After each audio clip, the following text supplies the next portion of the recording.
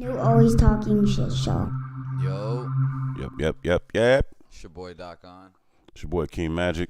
Back in tune with another session of the Always talking shit show.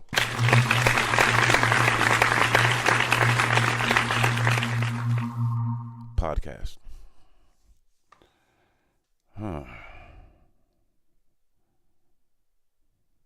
So, you just showed me a series of videos that got my fucking... That was a trigger moment, like a Yeah, that just triggered. Yeah, bro, that like... was a whole trigger moment. So, damn, there's no way we could play that. We could probably play the audio, huh? Or just really, should we want to just walk them through it? Because you gonna show them? Hey, man, wait till y'all get a hold of this. This shit is crazy. We live in a world, man, where people really have to, like, be re-educated on how to, like, interact and deal with people. You know what I mean? It's like, what are we doing here, man? What are we doing?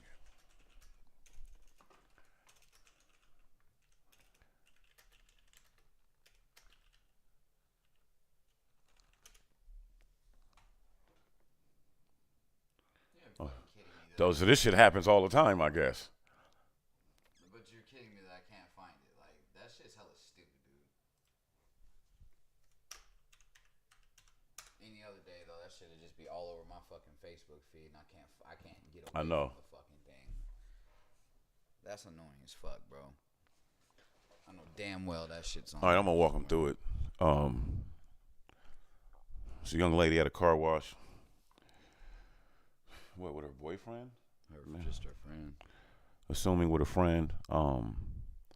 She decides she wants to take a picture. She goes, takes the picture, but the only problem is it's not her car. She doesn't just take a picture outside the car. She opens the Lamborghini, gets inside the Lamborghini,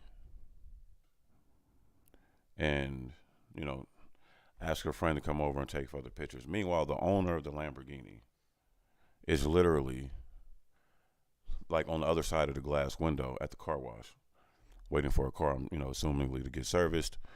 She takes out her camera phone and is like, I can't believe that this woman is just jumping in my car. Like, this is crazy.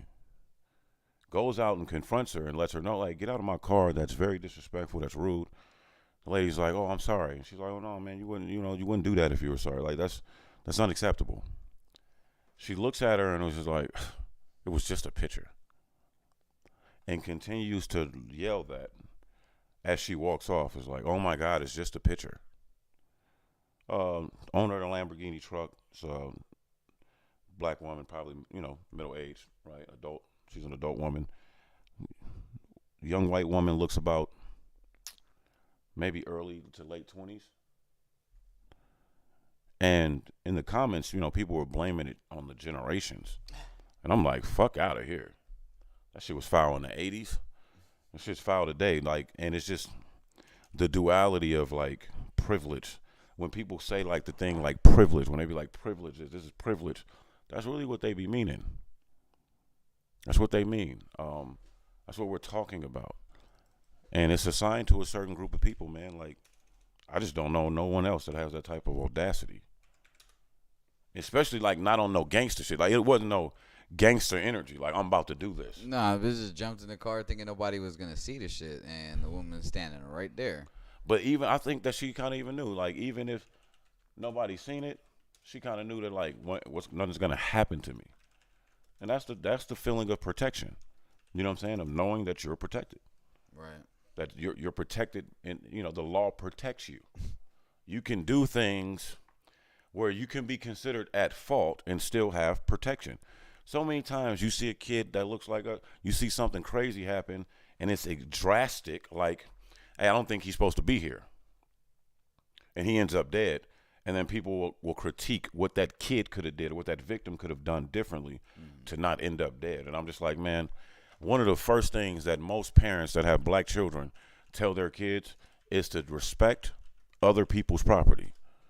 Leave people's shit alone. Don't be in nobody's property or in no one's home right, without permission. Because these things can happen to you. Hey, fuck you, Facebook, for making this so hard to fucking find, dude. I bet later after we're done doing this, I'm going to see it 10 more fucking times, dog. That's just what it is. Like, you'll see it. They'll see the video. It's just a video. You know, it's crazy. Like, it just caught me off guard, man. Like, when he showed me that. Or they might not, because it's a Karen getting confronted by a black woman. Facebook might have took that shit down already. And she was dead wrong about the shit, too. That's what, they might have took that shit down already.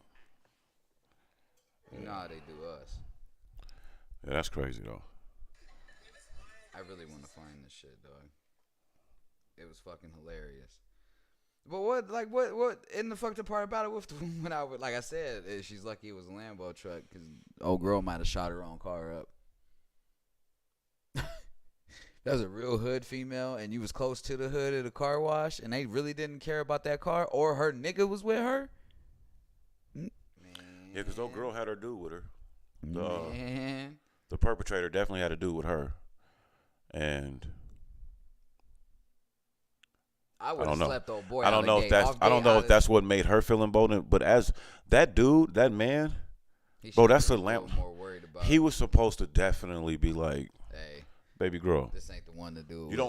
You don't get in anybody's car to take a pic because you want to act like it's your car, or because you want to take a picture with it. So like, I see a dope car outside. We're in Vegas, my nigga. We see all the time stupid shit driving down the road. $300,000 cars all the time. I can't imagine. I'll take the picture of it. Bloop. That's dope. Right. Oh, you know what? I wonder what the inside looks like. Let me jump in. You ain't had no dealership, bro. It's wrong to look in a nigga's window when it's closed like this to see what the inside look like. You ain't supposed to do that. Bro, it was a video I seen not too long ago. Dude came in and he used a little spark plug, break the window, but the truck is lifted.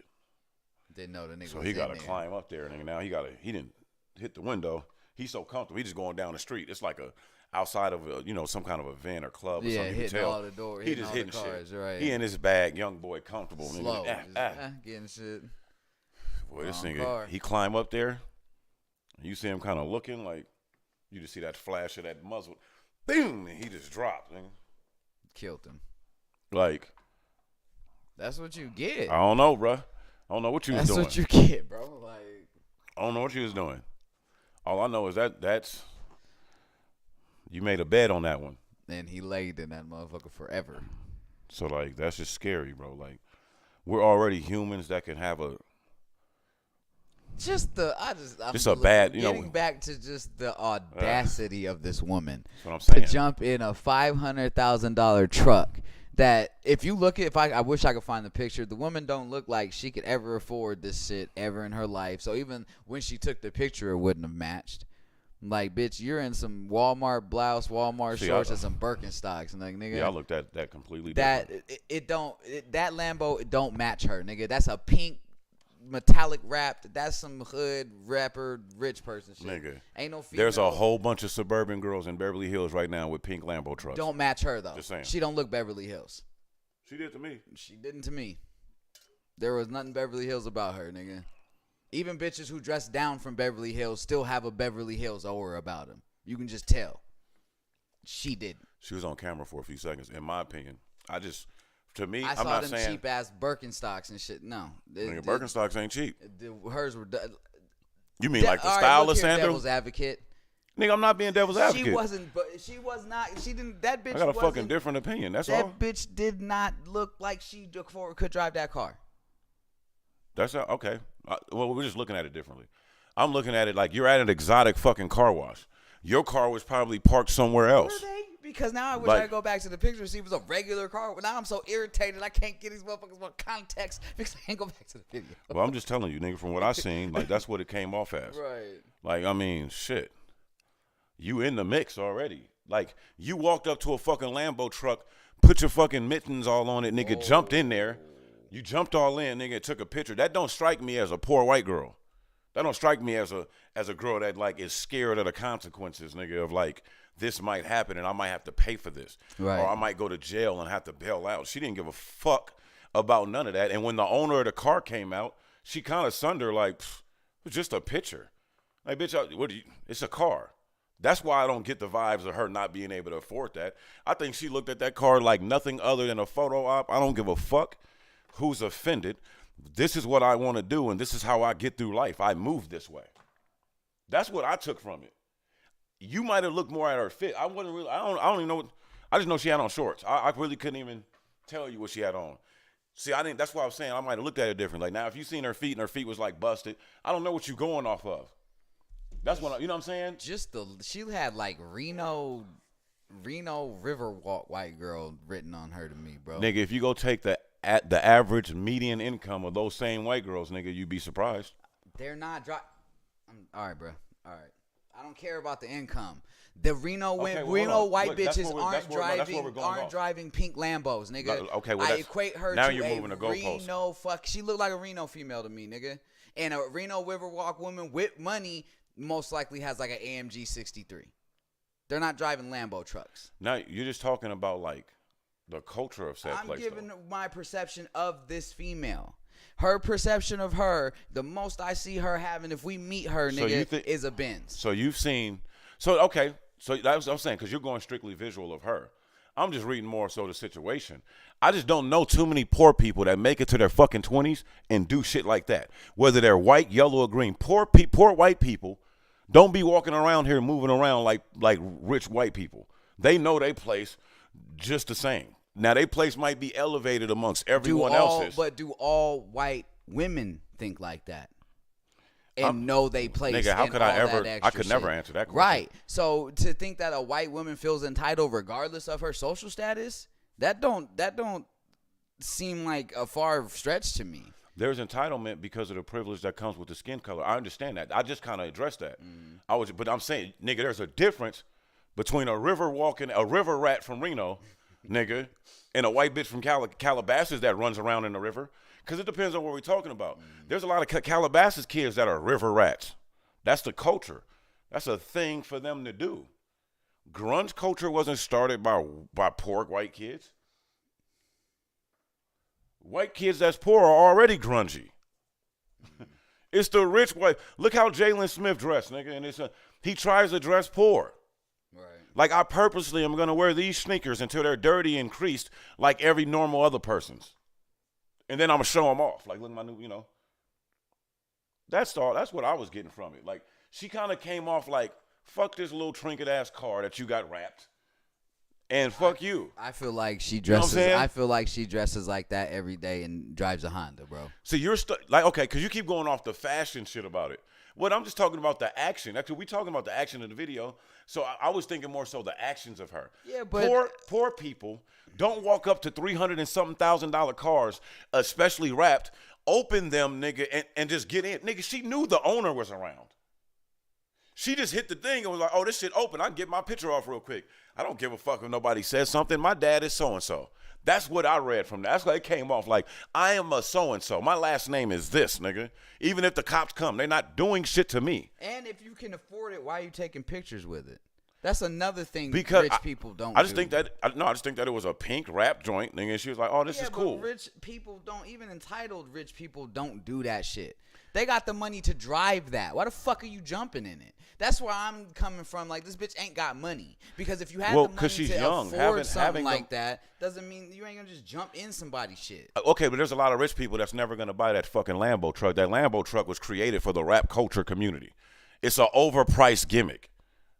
So most rich kids been in one of those? Yes. It is not. Yes, it's nigga. not dope. You see the new Range Rovers they pumping out? Way dope. Nigga. Way dope. So I'm just saying. So like they do that for a quarter the price. They do that. Go give me $100,000. So that's what I was reading it that way. That Like car is she ugly. probably already know that that's a piece of bullshit, nigga. Like not like saying it like that, but I'm just saying to rich people, she probably looking at it like, oh, this is cute. I've never seen one wrapped like this, nigga, like or painted like this, and it just looks so spontaneous.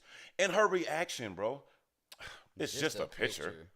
And like that's I said, what strikes me is that. A bullet's just a bullet till it's fired at your ass. Bro, I know poor white girls that would have been, they might have done some stupid shit like that, but they'd have been uber apologetic, nigga. And they would have been like, they'd have had that moment. Catching the fade. No, they'd have had that moment of clarity like they didn't realize what they did wrong. They'd be like, oh shit, I'm so sorry. Like, I just got carried away. I didn't realize, your car is so pretty.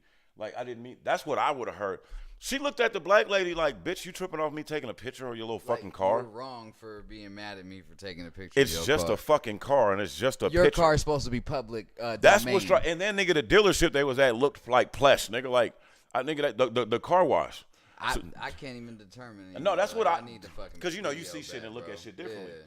That's what I seen from it. So I'm like, man, maybe they just, you know, nigga, sometimes you overreach her.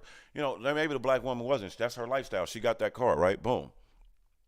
You're not going to take that car to the hood dealership, nigga, or the hood joint to get washed, probably. Especially if you don't live in the hood. You ain't going out of your way. So, nigga, she's at a car wash. That's probably, most people that got Lambos, they probably, I ain't going to lie, they don't just go to every car wash. That's all I'm going to say.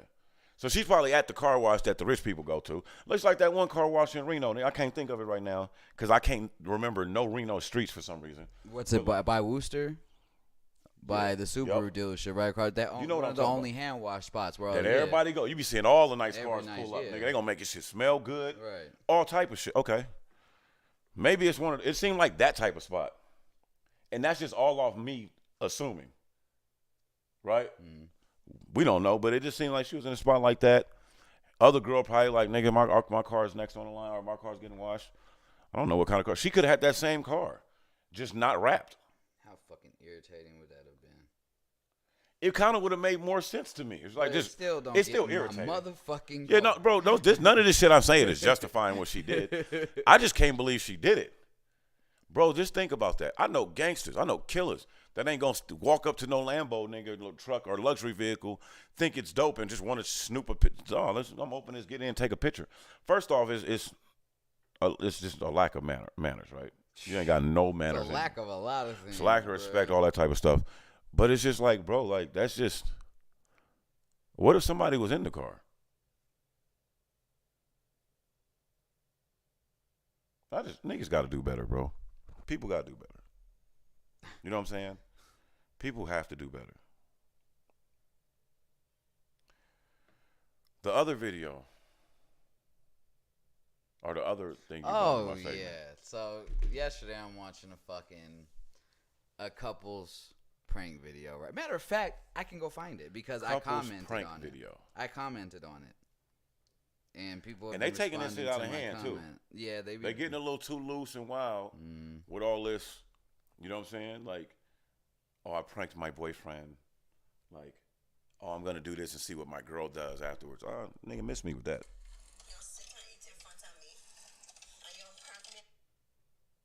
Oh, bro, hold on.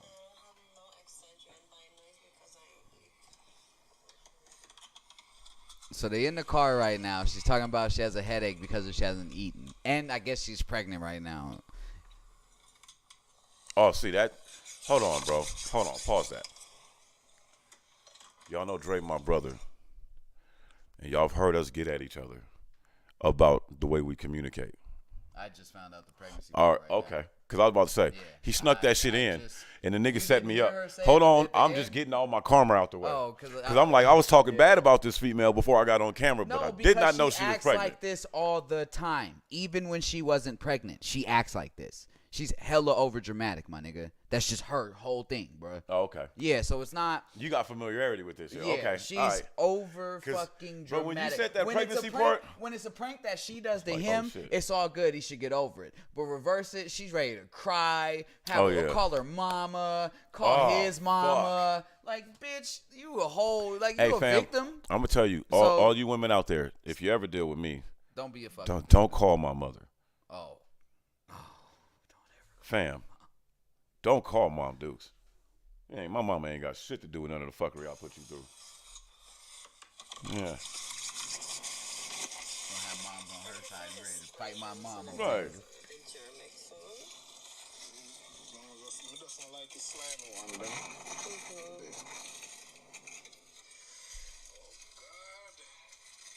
Oh, hold on.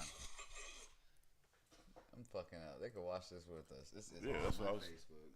I actually can find this guy. I thought that's what you was doing. Huh? Well, no, because remember the last video I couldn't fucking find, so I'm not even worried about it. But this one, she out here somewhere. Where's my notifications? I hate using. Oh, he's out there in the streets protesting, huh? Oh, you know that? Well, I knew. All of us was. Big, Nigga, nigga. We was out there, nigga. Me and shout out to Santos, B Sant, man. Me and Brandon was out there getting chased down. You know what I'm saying? They shooting shit at your boy. Like, I got hit with tear gas. Smoke bomb, all that, man. Yeah, I got hit with tear gas, man. Yeah. That shit sucked. This boy got in there with the big food, too. He a fool for that. That's my phone. I don't believe what I'm being. Like, the food done, I lost me get. You know, say a bad mind. How am I bad mind? But if I eat me, you ask so. How am I bad mind? Just bad mind, man. Bad mind are you. Why you call your mother for? We don't own the rights to most media that comes through here. Yeah. Let me ask you something, right? And tell me if I'm bad mind. I ate from last year. I am hungry. Okay? I have a headache. Yesterday, babe. It don't matter. It was last year. Okay. Give me this. Give me this. Why would you throw away my plants? Give me this. Everything going. Everything going. You got nothing to Do that from that sounds stupid as fuck anyway. Alright, so y'all saw the little preface of it. Let's see what this nigga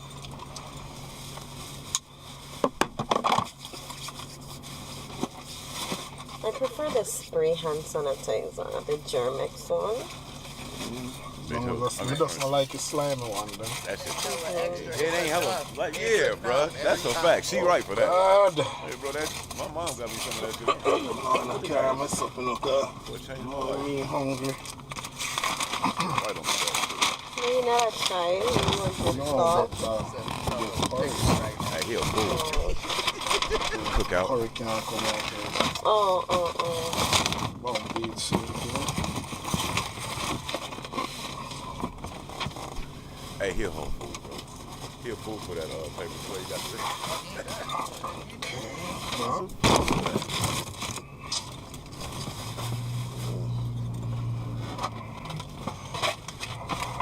Don't tell me something about No.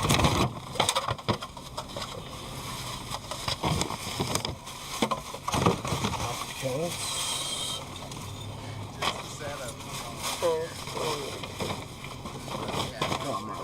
Hey, the funny thing is, look how y'all on our arm and shit. Nigga, like, Jaja protect me from the battlefield. Because I do have a headache. I'm hungry. See anything I see our courage, you know? First in the body.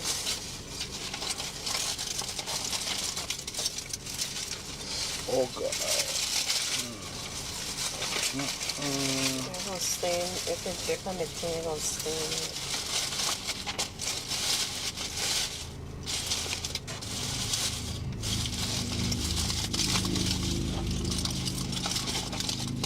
Plantain with roti. I never heard about that before.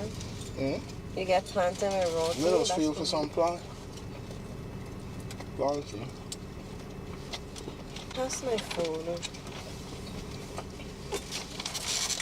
I don't believe what I'm being. Like, the food done, I lost me get. You know you're alright though, because you left on diet. What do you mean the food done? The last food me get there, last food. Somebody act like say, you hard to understand it. Me How tell the you say food food done. done? Why would you ask a question? How you mean the food done? Ask the chef. Then just say this alone, that's why they give me so much curry. You say this alone they have left, so me know say you always say you make sacrifice in another relationship, yeah? But I'm hungry, I have a headache. But babe, if food done, what you If the want me food to you do? could at least, why stop here? I just tell you if we're gonna stop and eat, and I just tell you I have a headache, and you say you're that hungry. Babe, me so hungry. If that's the case, you should have not lost stop. I could have go somewhere else. Babe, And I don't want no curry. exactly. hey, pregnant This women alone only have eat left. what they want. But then why you stop? We could have go someplace else. Babe, I was drive. I'm here, you. No, You want me sir. run off our road? You want bad feelings step me? I'm run off our road and crash? In our New Year's, huh? I'm hungry as hell, and I feel like I'm going to pass out. And I don't want the curry. I don't like. I know you don't like it, man. It's not. I don't like. I just can't eat it. I just don't feel for it. I know. But I'm hungry. Yeah, but more you're talking about, you get hungry, you know, because you lose. And you gonna sit in front of me and eat, and you know I'm hungry. You friggin' selfish, I'm y'all. not selfish. Baby, can put it, just look out the door. Just pretend say you watch the oceans out the door, babe. All these complaints. Don't call me babe. You friggin' selfish. I don't feel good. I ain't eat. I'm hungry. I have a friggin' headache. And instead we go someplace else. You say, babe, they ain't have whatever. We go someplace else. You gonna stop here. Babe, I'm a driver. I'm the pilot of the car. How they don't have no? It's only 2:40. I eat nothing from since last Can you year. tell your mother say morning. you are making migraine worse by talking and complaining? He's selfish. I will never do that. And this year I point myself first. You're not getting a bad offer. You call me, you know you have to ask. So. You take When my I phone. cooking food, if I make plantain, this how much. Give me this. Olivia, Lose it. why? Because I will throw it on the window, All right, okay? me done. Because you're friggin' selfish. Why you ask so? God damn. So And you know I don't feel good too. and I I don't feel good on top of it.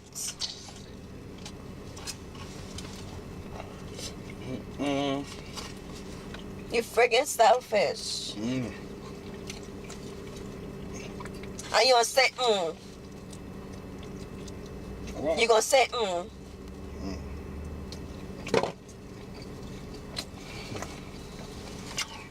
I will never do that.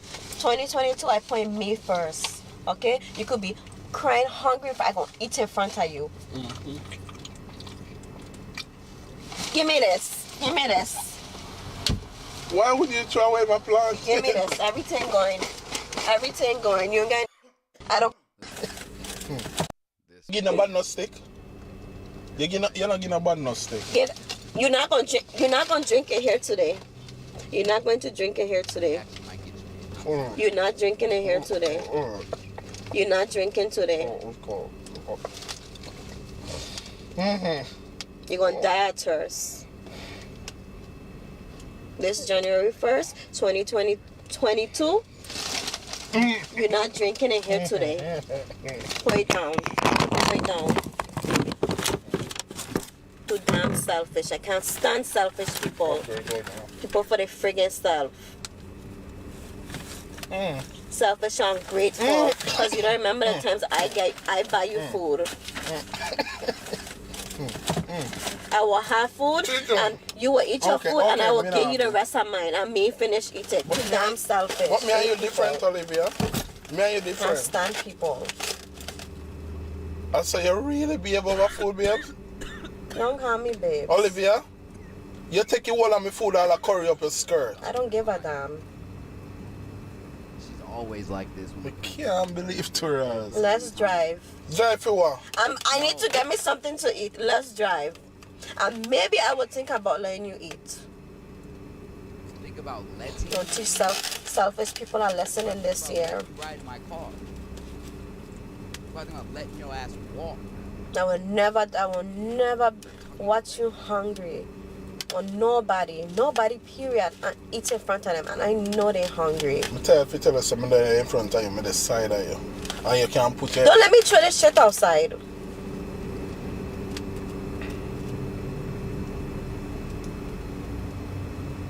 You give me my food, I'm thirsty. I want my drinks. too. No. Swallow your spit. And why everything you have to call your mother? Eh? You call your Because you mother... call me bad mind. And I want to know if that's really bad mind because I'm upset that you did that. That's bad, man. Me ask you something. Are your money buy food? Are you walk go buy? Are your money go buy food and are you walk go buy it? Are your belly eater going on? When I buy you food, is Me and it your your money father? that I buy it? Me and your father? Huh? Me and your father? Am I your dad? Right. Me entitled to provide for you? What? Me not for provide for you. You have your own money. So you're not entitled. Okay then. Well, if you ain't entitled, I don't need to be with you. Why your stomach? Why your stomach? I don't have to You're be not with upset, you. yeah, I don't have to be with you then. What the hell? I'm not your dad though. Okay. If I could do things for myself, what do I need you for? If you feel that way, I don't have to be with you then. What the hell? I'm not your dad though. Okay. If I could do things for myself, what do I need you for? If you feel that way, Well, then you give feel me that back way. my food then. Huh? Give me No, back you my ain't getting food. shit back. I ain't entitled to give you nothing You know, back. say a bad man. I say you start off a new year bad man. Yep, I gonna be bad mind and selfish Give me and my everything food, like Olivia. you. Give me my food. Nope. Ask me for. I'm gonna throw it outside. Now we go, please. I giving you 1 minute, and if you ain't driver, this shit going outside. What time it be now? What time it be now? 2:58. If 2:59 reach, and I being good, and you ain't drive up, I'm throwing this shit outside. Me have something to tell her, differently. And on New Year's, me I wait for to tell her this. Give me 10 seconds A now. prank. 10? A prank. Nah. A prank. No, it's not no prank. A prank. No, it's a not. prank is a prank. Drive to get my food, please. I don't give a shit about no prank. Oh, if it's a prank, My I name is need my I food. swear to God, it's a prank. I don't care. Just get my. Let me go get my food because I'm not in the mood.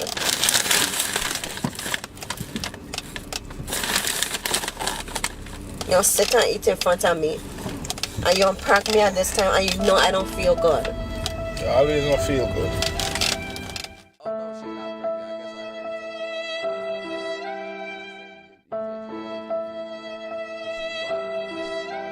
heard that was the end of it. She ain't pregnant. She just has a fucking crybaby ass attitude about her when she gets pranked in a prank war. And then this. What the fuck is going on, y'all? Welcome to today's YouTube video. No. Or she's really good at not looking at the motherfucker. Which they could be. But from her emotion, nigga, that shit felt very sincere. She was, dog, she's about to cry and everything. Like, you don't want curry, that's on you. Go find something else.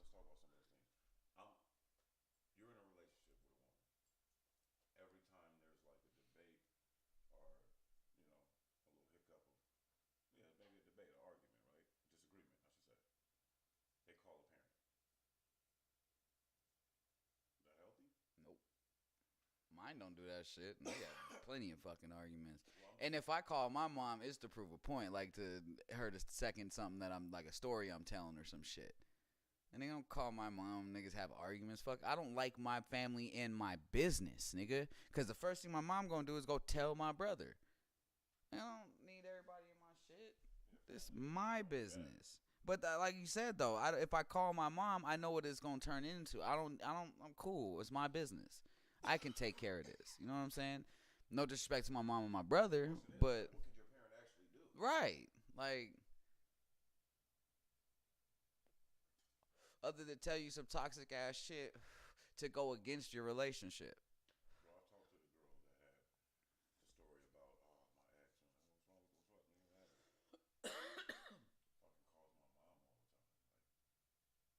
Weird, bro. Like, what do you think the parent is gonna do? That person's grown at this point. That she gonna whoop her? You gonna whoop the kid, whoop the child?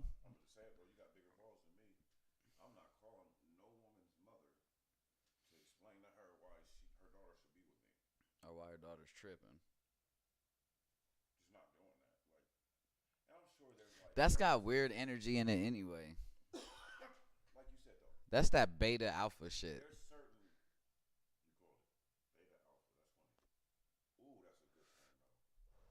Well, beta nigga is the type of nigga who'll call his mom, call her brother, call his brother.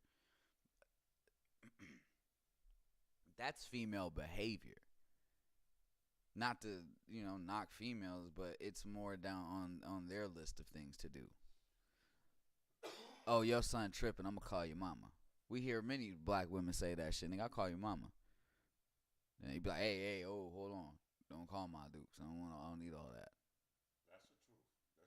You know what I'm saying?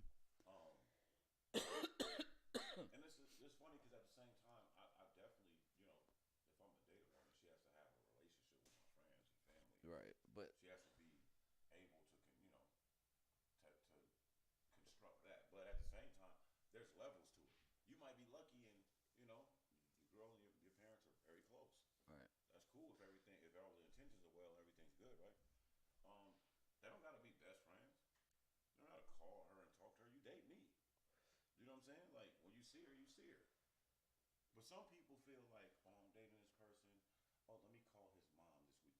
A lot of women do. They think that they can play those kind of manipulative games with family. Like, oh, well, his mother loves me because I do this. Like, Me and Tori's parents is cool as fuck. I could call Tori's parents at any time of the day if I wanted to. right. But why? Like, yeah, y'all my family. I see you when I see you. We'll have our conversations. But it'd be weird if I start calling you guys out of the blue. If you like, hey, you know what? We did want to get that table fixed. I'm gonna call pops and see. Yeah, I call her dad for mechanical and shit to be built and shit like that. But I guarantee they will find it weird if I just called them one day like, what's up? What y'all doing? Y'all good? What's going on today in Reno? Word? How's the other kids? Like, you could be like, Dre, what? Now, so hold on. You and Tori married? That's not that weird. You're checking on your in-laws. But it would still be weird because it's not in my care. It's a case by case situation. You know what I'm saying? I don't talk to Tammy and John like that. When we in person, I have full on conversation with them. You know what I'm saying? We cool. We can do shit together and all that. But it would just, it'd be weird if I'm just texting and calling them all the time to see what's up. Right. No, that's a fact. That's a whole fact. Now, if it's something that they started doing, it's no problem to reciprocate. But they know that's not me. I'm not even talking about that as much as I'm talking about like you and Tori are fighting. No, hell no. I'm not calling. Like I said, I don't call her parents on general everyday fun shit like how you doing and greetings and salutations. I'm not calling when I got a problem. And you just hit a point. If you are the type to do that, you better be calling my mom on her birthday. Greetings and salutations. Like it'd be different. Like you can't, cause some people be out there like they don't even fuck with your parents, nigga, until y'all fighting. Yeah, see that? You don't even. You talk mad shit about my mom's every fucking day of the week. Then all of a sudden you need her. Then you want to see what pops is doing, like all that type of shit. Like now you don't do that. That's not good. That's not good. And see, now I got that part of the relationship too, where it's like I don't do that. So say I did call Tammy or John, I'm not the nigga always bad mouthing them. Then I need their help with something. You know what I'm saying? I can't stand that type of motherfucker. It just you just talk bad about your my parents and all this shit. Like you know what I'm saying? Is that a problem? I don't know, bro. Like I'm a person, man, that I got into an argument once with a woman. I was at work, and I think I might have made a reference to my girlfriend who was living with me at the time, and she got really upset and was just like, "Oh, are you married?" And I said, "No." She said, "Like that," and I kind of looked at her, and she was like, "Well, you know, you're just playing house." And I looked right at her in her eyes. I said, "Bitch, I'm not a Christian." Yeah. I don't. That's not my religion that I gotta get married before babies and shit like that. I'm doing anything. Like, and how's that working out for y'all? Like, Divorce rate is who do you get to ridiculous. say, like, you don't get to be in your bag over there in that bag, and act like this shit just shining, and everybody want it. Like, yeah, that's not what everybody wants. Nigga, my mom and her dude didn't get married for the first like 15 years of their relationship. Because they know that shit is just And they finally just did it. binding Right. contract. They did it. They did it. No, they did it for insurance purposes because of my mom's husband insurance. Without knowing, obviously. Yeah. I was about to say they got to a point where it was more conducive to Yeah, it just made more sense. Right. to be married, nigga. So it's like, well, you my girl. Because they're married but live in separate homes. He got his apartment. My mom got her house. Sound like some real dope shit. Married as fuck. Love each other all day. Probably fight less than they ever did. Sounds like, bro, it's a reason why couples used to sleep in different rooms. Right. If you had a little bread, you had a third room. That was the room y'all did y'all thing, you know. Y'all probably did your shit in, and then that was your bedroom, and that was her bedroom. You know why? Because you sleep funny, nigga, and you snore. Right. Why we making fights? Or I'm mad at you and I gotta go. No, think about it. Right. Well, we making fights. Because it ain't like we can't sleep in the same bed if we chose to. Right. Yeah. Exactly. If we fall asleep every night in the same bed, cool. But hey, nigga, like. Because how many couples fall asleep in different rooms just doing shit? Like I was watching TV. She was in the room already. She had to go to work tomorrow. I don't. I'm up here, might be gaming, making a beat. I might sit here and. Every female I've ever dated, as an adult, obviously, right? Yeah. They know that. Like, I might fall asleep on. Falling asleep on the couch, nigga, intaking shit. This is my personality, right? It's nerdy to other people. I might have an audio book in my headphones, nigga, like on the couch. Yeah. While you going to sleep, like that's gonna happen. Like I've had a lot of women get at me, like, "What's wrong with like you don't want to sleep with me? Like you don't want to sleep next to me? Like." And see me, I like my bed. Say I do fall asleep down here. At some point, I'm gonna wake up and I'm going upstairs. I'm gonna sleep in a fucking chair or in the couch. The shit is fucked up always by itself. Okay, fam. It's like bent up, so it just randomly it'll just. Cause you gotta manually do that. Yeah. Yeah. Say somebody with us, chilling. Or Pop's throwing something away. Man, Pops did too. You know what I'm saying? But yeah, nigga, it's like at the middle of the night, if I don't sleep through the night, I wake up, I'm going to my bed. Like I'm gonna sleep in my bed. But I've been in those relationships, bro. Like nigga, Jalen's mother, nigga, Jalen's mother, nigga. Not as much as like falling asleep in different rooms, but if we didn't cuddle all night through the night, she's like, you don't like to cuddle with me when you go to sleep. I'd be like, yo, I cuddle with you until you fall asleep, and then I go in the position that's gonna make me fall asleep. Dude, we cannot cuddle all night. We do not wake up in the same fucking position we go to sleep in. Like, y'all be wilding with like some of these expectations y'all have, and I'll never ever like I be watching the little prank videos or little skits and reels and shit. I watch one like the nigga got to go to bed when she go to bed. Says who? I'm not tired. I'm not going to lay down. You're not. I'm grown. You're not my mama to give me a fucking bedtime because you need to go to sleep. You work a regular job and got to get up in the morning. I could get up, drop you off, and come back, go to fucking sleep. Like, or a female. My job is conducive to me being up. Whenever. Silence. I don't have no distractions. Right. Family, and I can create. And then like, or females that get mad at a nigga who plays video games. Oh, you're always playing the video game. Bitch, it's my outlet. Like I go to work and I come home and play the video game. What you want me to do? Go to work, go fuck a bitch and be out all night and just not be here at the video game? Then you gonna be mad I ain't at home. Y'all gotta stop wanting y'all cake and eat it too. You want a man that's gonna just go to work and come home to you, provide for the household, be there with you, but you don't want to give him his outlet when he home there with you. Like, nigga, he could be out there fucking bitches, blowing bread, doing whatever he want. But I think it comes to like, I think it's just boundaries, bro. It's relationship boundaries. So it's like, Niggas, yeah, and the niggas gotta stop letting that be okay. This is what I do. I go to work, I come home, play the game for hours at night, and we gonna go to sleep. Or I'm gonna play a couple hours, we gonna watch a movie, we gonna have dinner. Or I might not play that night, we might go do something. play on these nights. Yeah. I done organized it with my crew where we link up on these 2 nights out the week, nigga, and we mass. But at no time are you gonna tell me I don't need to be on the game or I'm being on the game too much. No, that's my release. That's my gym. That's my art form. That's my music. That's my rap. That's my. I'm trying not to cuss you out after this long ass day. Let me go shoot some shit up real quick. These motherfuckers pissing me off, and I'm gonna tell you about my day. But give me a second. Y'all women want us to unload immediately, but men ain't ready to unload immediately. We want to settle. I need to smoke something real quick because I'm on edge. I might scream and cuss you out over these niggas at work. I think that you're right to that, but I think it's just, I think it's energy, bro. I feel like. I think depending on the people, right? Don't matter the gender. I just think depending on the people, bro. Because I know dudes that are counter to what you're saying. Oh yeah. They act like they're what you're saying, because that's what society says men are supposed to be. Right. But I know a lot of niggas that be tripping on their girl because they can count the minutes, nigga, or time that she's been off work and she ain't called on. I know a lot of niggas that hang around us and act like shit is sweet and they don't give a fuck, nigga, and it's fuck a bitch, all that cool shit. But nigga, nigga, I mess at a time in my life I messed with a lot of females. Nigga, I've almost 40 with no kids.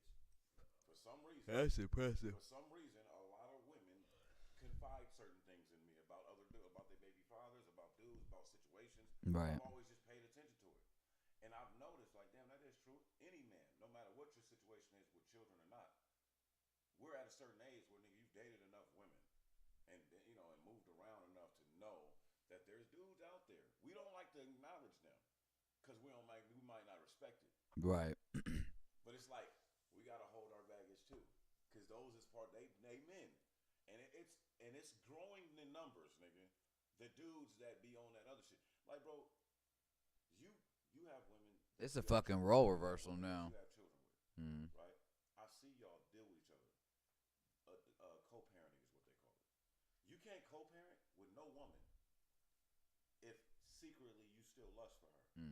If secretly you still are jealous of her moving forward and anybody she interacts with.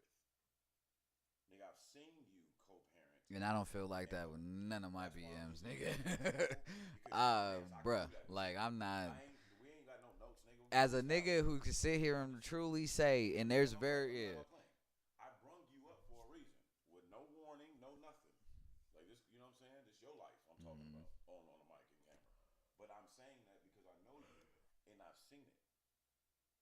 Whether it's tragic events, whatever, nigga. Like, I've seen the way. I've seen how you go about co-parenting with your co-parents.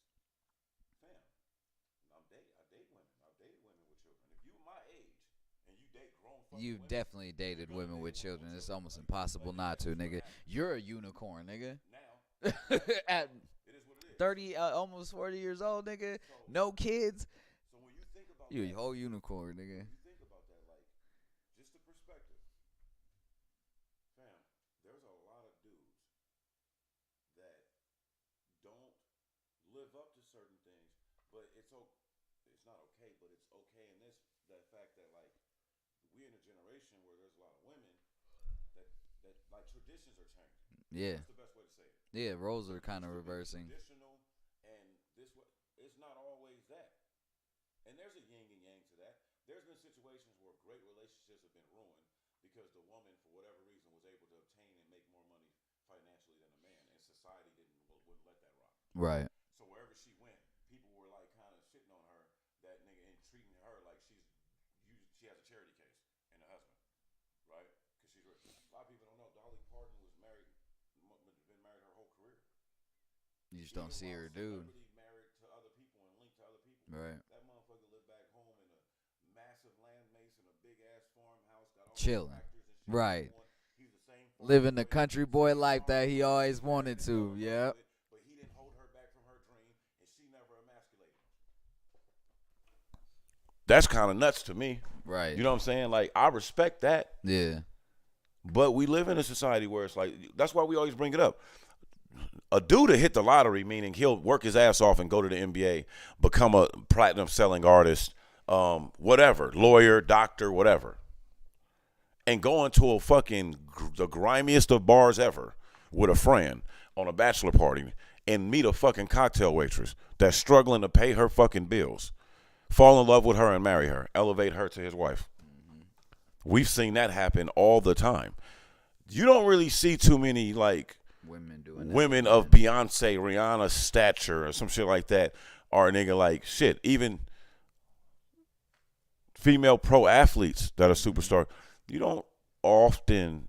I'm not saying it don't happen, but a lot of their it's like 4%. Women are kind of taught that they have to marry equal or up economically. There's a lot of women that are taught that, like, a part of their role as a woman is finding a man that can take care of them, right? But it gets misconstrued because you get a female like the video we just seen that thinks that means, like, wait on me hand and foot. I don't want no woman waiting on me hand and foot, and I don't want her to expect me to do that. Because guess what?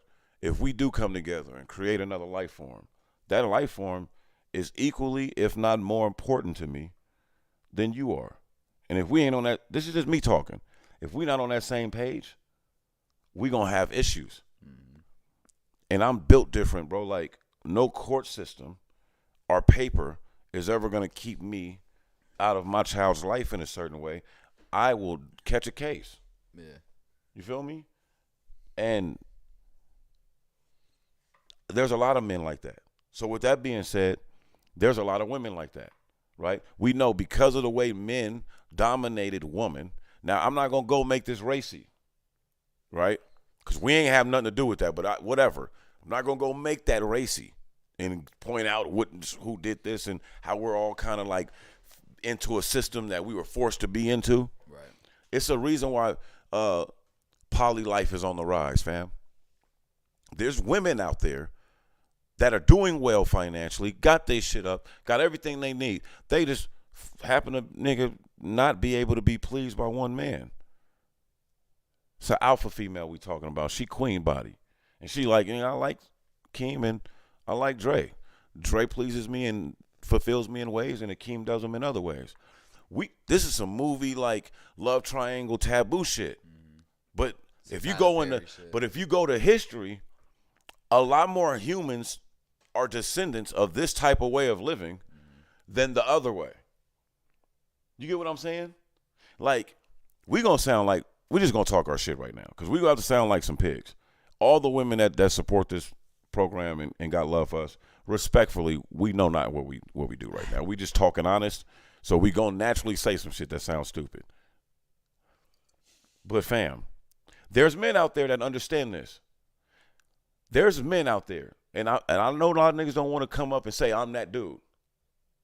But if they could pull respectfully, because she's a married woman, but if they could pull like a Beyonce, right?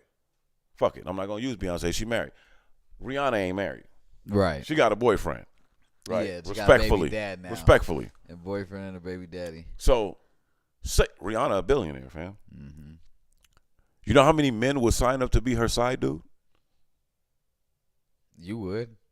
You know that. I mean, shit. You know what I'm saying? You know, that's my baby. Anytime you in Vegas, let me know. You know, that's my baby. But I'm just saying, respectfully, though, right.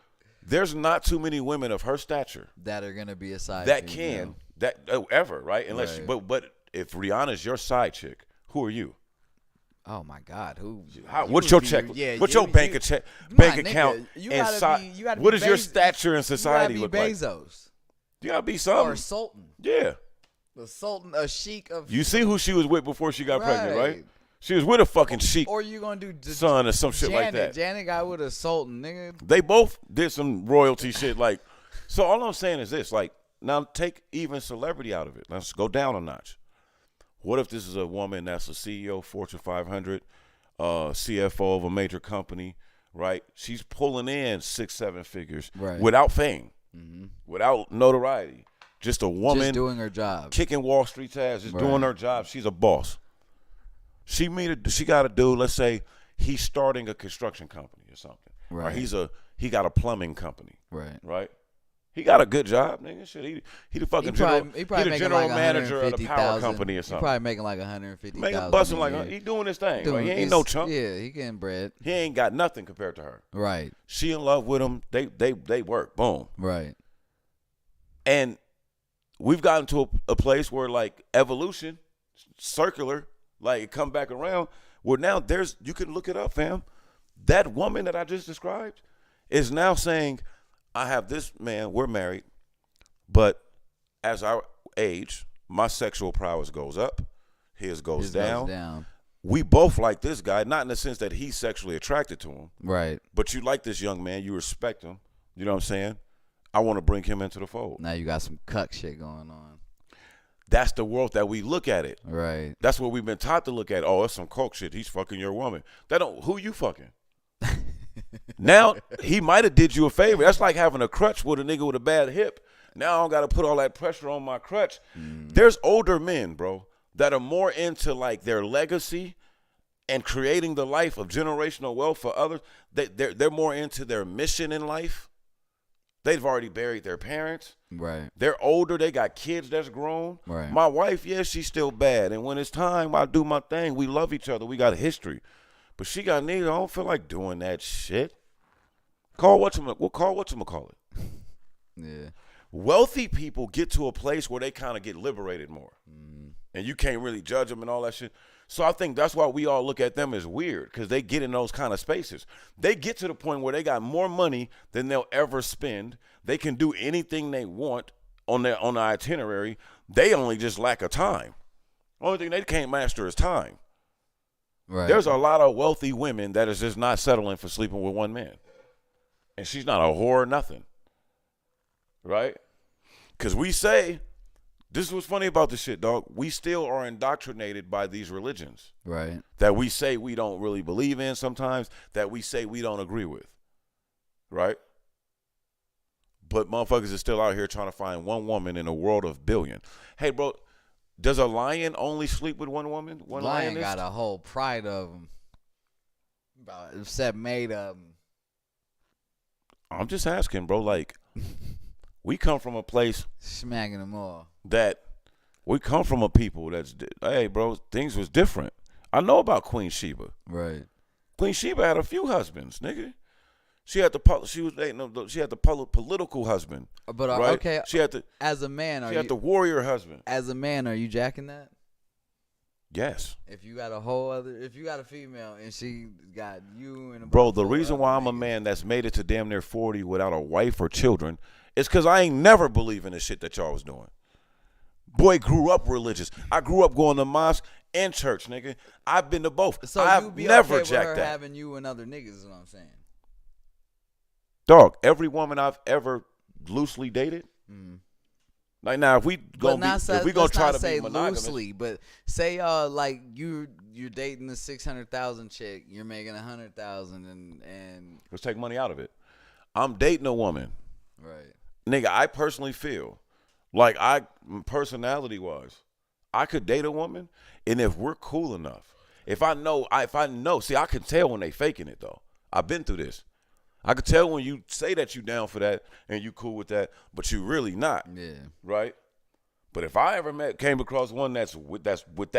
With that. And the way it happens in modern society, y'all kind of got to be into the threesome bag.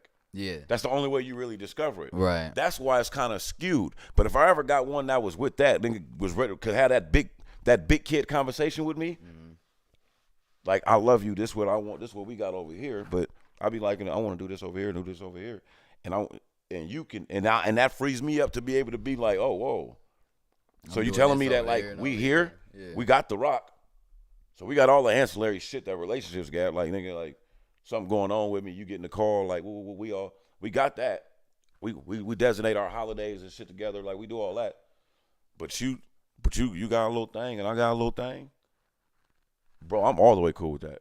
I know a lot of men ain't cool with that. I know a lot of men think they not cool with that, but nigga, they probably more cool with that than they realize if they be honest with themselves.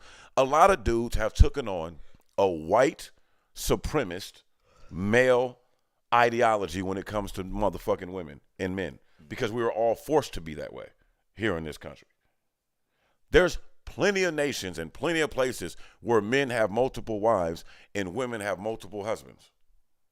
And ain't a thing wrong with it. Right. I'm just saying that it's expensive to live in America. You talking about 2 income households? What if you can make that shit 3, 4? 5, income 6. 4, 5, 6 income households with child care. What the fuck we talking about? Right. We talking about some tribalism shit Right. now. Yeah, that's a tribe. Though there's a lot of women. Women are more designed culturally. Women are more designed like this than we are. Dog, it's the reason why the celebrity dude gets money. It's not just the money. The money adds the freedom, and it gives you the ability to do what you want to do. Why you seeing all these young boys, all these niggas starting to have 2 wives now, bro? Are messing with. There's women out there that's just, I'm with that. This is a good dude. We both fucked with him. We both like him. We both had that with him. Now we both gonna keep that with him. We both gonna protect him. We both gonna, it's just what it is. Yeah, like, I'm seeing it. And we've had it in our head misconstrued, like, well, that nigga's a pimp. Like, we on some player shit. I want a whole bunch of bitches. Like, I want all that. No, it don't even gotta be that. Because if you talk to dudes that have lived that life and accomplished that, you get to a point where, yeah, we got an understanding, and I'm not really tripping that she do something. That she go out on a date or do this or, entertain something else. Like, if you're being completely open and fair with each other, what Pac say, it's a fair exchange. You can't just want 2 women and not ever want those 2 women to probably want another dude. That just kind of comes with it. I don't want to control no female. So therefore, like, if you have the sexual prowess and the intellectual ability to sleep with me and another woman, nigga, who am I to think that I'm the only? That don't even make sense. Now, I'm not just trying to have an orgy-filled, like, household either. I'm not doing no Hugh Hefner type shit. But there's people that get up, go to work, they do this. This lady might be more maternal than this one. Right. But she's a better provider. Mm-hmm. Right? And you provide what you provide. Now y'all got 3 people raising kids. What you mean child care? Save that hustle. Right. She's off today. You know what I'm saying? Like, it's just things like that. Right. Or maybe she works from home. Right. Maybe she got a job with that's not an issue. Now you talking about taking the people that had all their wealth, land, and things stolen from them. Mm-hmm. And now instead of a slow yield of generational comeback, now you got shit just stacking up. That's just how I think. But when I read history, my thoughts are coerced to think that way because I'm seeing that not just black people, a lot of people, that was culture. Would never jack no shit like that. I understand that. Respectfully. Ain't having none of that. Nigga, threesomes ain't an option. None of they jacking none of that option. I understand that. That's a whole dream right there. I understand that, bro, but I'm just saying it's a lifestyle that people are living. Must be nice, nigga. Nah, anything wrong with my relationship. I'm just saying, must nigga to be able to just look at it like this. Something's forced on the people. Right. Boom. I'm only talking about our people because this far all I know is European Americans. This is what they aspire to. This is their code. They can trace that shit back however many years. That's how they was, right? That's cool. I'm not knocking it. I'm not saying you're foolish for it. I'm not bringing up the 50% failure rate because you probably can do that realistically in anything, right? Right.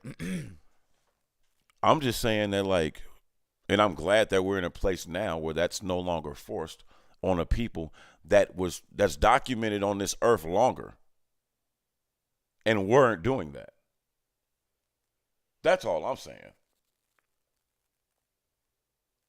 Who's to say what's right or wrong if the adults involved are being properly fulfilled and nourished and not hiding any anguish? Like, everything is cool with it. Like, it ain't wrong if that's the case. It just brings a lot of shit into, like, to me, my mind is weird, bro. It makes me think, oh, maybe that's why the pimping shit nigga never left. Because there's always going to be a group of women that can collectively love a man and sacrifice for him. It ain't got shit to do with his Johnson size, his mouthpiece, or none of that. We might be talking about nature because when you watch lions, nigga, why can't you call a lion a pimp then? And them his hoes, they go, nigga, get the food. They go do all the things that.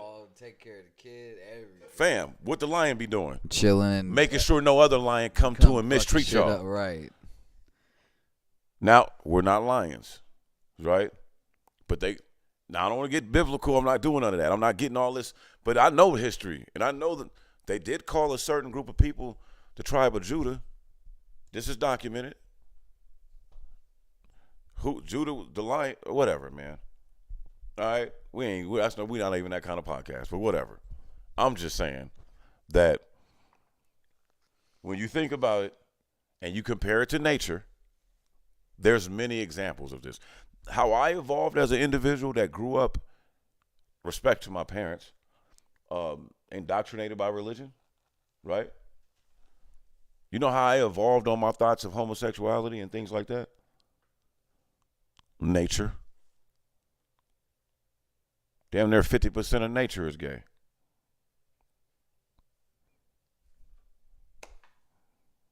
Hey, bro, if Rihanna is sitting, let me not get too disrespectful. If a beautiful woman is sitting down in one of them summertime dresses, every heterosexual man needs no more explanation. That summertime dress, fellas. And she's sitting there. That's just different. Enjoying your energy. Right. Enjoying your space. And that doesn't take you to a certain place of mentally, physically, spiritually, emotionally, hormonally. Who in the fuck am I to be like, no, fam, you got to feel this right here. Hey, man, because all I know is when I go to the buffet, fam, right, and they got the big shrimp out, I be looking at who getting big shrimp. Like, nigga, okay, I'm about to be all right. These niggas don't even like the shrimp over here. Right. If I see a whole bunch of niggas with shrimp shells on their plate, I might feel away. Like, damn, all these niggas want some shrimp. A man will never be Akeem will never be mad at you for saying you don't want to be one of the men in the way of him from ever having a beautiful moment with a beautiful female. Ever. Right. That's indoctrination that make you think that. That's people that say, oh, you're going to hell if you do. I've never seen so many so-called, prude people be so interested in what goes on in other people's bedrooms. Shit's just weird to me. And that's how I got to that point. That's when I was like, you know what? I think gay people should be able to get married and have full equal rights. And I think that, you know what? If a gay dude says that he was born gay and that's how who the fuck are we to argue with that? Who in the fuck is anybody to be like, no, you were born wrong, fam? Right, yeah. How the fuck you gonna tell me what I was born right or wrong? You saying God got me wrong? Niggas don't want to hear that part. So no, I know that. If every man and woman is made in God's image, and that's what the Bible says, God's a little gay, God's a little lesbian, God's a little trans, God's everything. Religious people are going nuts hearing you say that. But that's the fact. That's the fact. That's of the it. fact of the rhetoric right there. If we're going off the black and white text of what's said in that fucking good book, it's he made us all equal and in his motherfucking image. What's that tell you? Those are just the if facts. There's gay people out there, not homosexuals, psychopaths, narcissists, killers, serial killers, pedophiles, all of these things. Leaders, followers, creators, healers, destroyers. You got to have the good and the bad, making it all yin and yang. Period. And that's what that duality. Yin that's and what yang balance shit comes from. Right. We'd have no balance at all if everything was really made in his image. You know what I'm saying?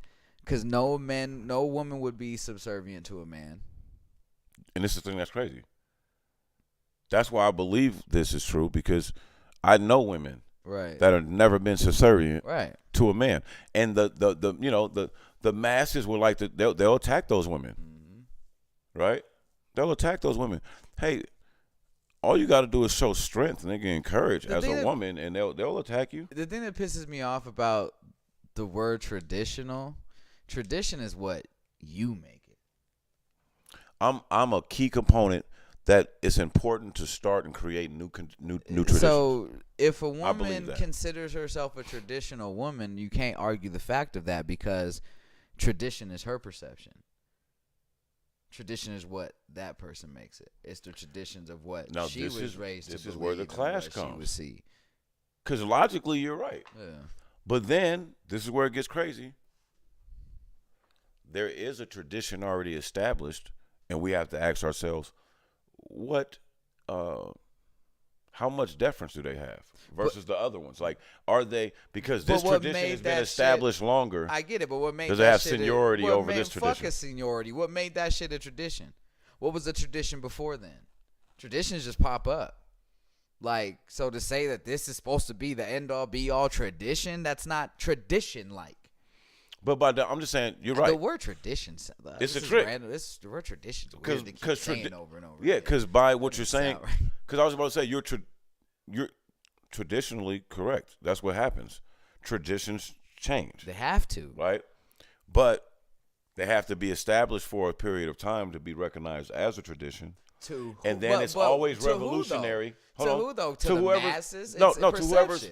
Because you have you have popular traditions and non-popular traditions. Nigga, you could a family reunion never happens. It happens 3 years after. It never happens for 30 years. All of a sudden, it happens 3 years in a row. It's now a tradition. It's a new family tradition, but family traditions are traditional. You get what I'm trying to say? That's a mouthful. That's a Pause. mouthful of shit, but it's kind of. I don't want to keep saying traditional, Right? Or tradition, But that's because now when you say a word, it just starts sounding different. It did because we It's don't like- ever say tradition that like that. It's like, bro. damn, But- man, am I saying it right now? But it's fucked up. It's traditional for traditions to change. It's one of Cycle them words world, that's just kind of like, man. It's a revolving. So that's door. why it's a go-to because it's our tradition. And that's now you can hit fine. them with this. Well, we're starting a new tradition. Yeah. And from that day, it becomes a tradition. As long as from that day you carry it out. And that goes right back to duality, bro. That goes right back to that centered space where you can't ever get so high on your religion, your ideals, right? Your anger, that it goes back into the old African American, a.k.a. FBA proverb, what you eat don't make me shit. Right. I don't care what you eat. I don't care. Too many people that care what you eat. Right. You know what I'm saying? What you do in your personal business, as long as it don't affect me and my family and it's in your household, I don't give a shit. I mean, we just live in a place, dog, where like we're constantly dealing with that. That's why this Twitter shit is getting scary with old boy. I don't know my neighbors because, I mean, I know them by sight, hi, Right. but we're not in each other's business. We're Right. nice. We deliver mail off like, oh, I got this. It's in my mailbox. But you know, in subdivisions like this, you got nosy ass neighbors of all colors. I ain't gonna call them. Karens come and all. They do come in all colors. And motherfuckers will come bring you cookies or come welcome you to the neighborhood because they want to check you. See, that's what motherfuckers need to realize too. That whole welcoming to the neighborhood is a check. Now, Yeah. it used to be like No, that. it used probably. to be some real shit. But if you're in a black community, it's not a check. If I go move into like a real affluent black community with real high scale black people, they're That's a probably tradition. gonna knock on my door. Hey, what's up? Or not even what's up. Hello, we're the Johnsons. We live across the street. Just coming to say hi, welcome you to the neighborhood. Over here is the Jeffersons. There's the we Jenkins right here. You know what I'm saying? Like, but that's a tradition of That's a fact. black people. You're in this community now. We want to make you feel like you're part of this community now. We're not being a nuisance or to it might you. even just We're be not more so coming when to they see bug you moving in, they gonna Yeah. come up and holler. Right. You know what I'm saying? Yeah, we all do that. I've had that happen growing up. White You're right. people, and I'm not trying to attack all white people, but when white people do that, I feel like they're coming to check your pedigree. They want to see how you talk. They want to see some of your furniture. They want to see your car, see some pictures, see your kids. This is what's tricky about racism in our country. You know what I'm saying? This is what's tricky about racism in our country. Or not. And hold on, shout You know out to what the I'm saying? people who genuinely No, I'm just saying- go say hi. No, Like, I'm saying what I I'm saying. appreciate Let me y'all. piggyback on That's that fine. because what happens is because of said history, Yeah. because of Unchecked aggression. unchecked because these things Unchecked passive aggressiveness. and these triggers and things like that, because all these things are happening, these microaggressions they call them, right? That aren't being addressed really. They're just talked about, but they're never really addressed, or fully acknowledged.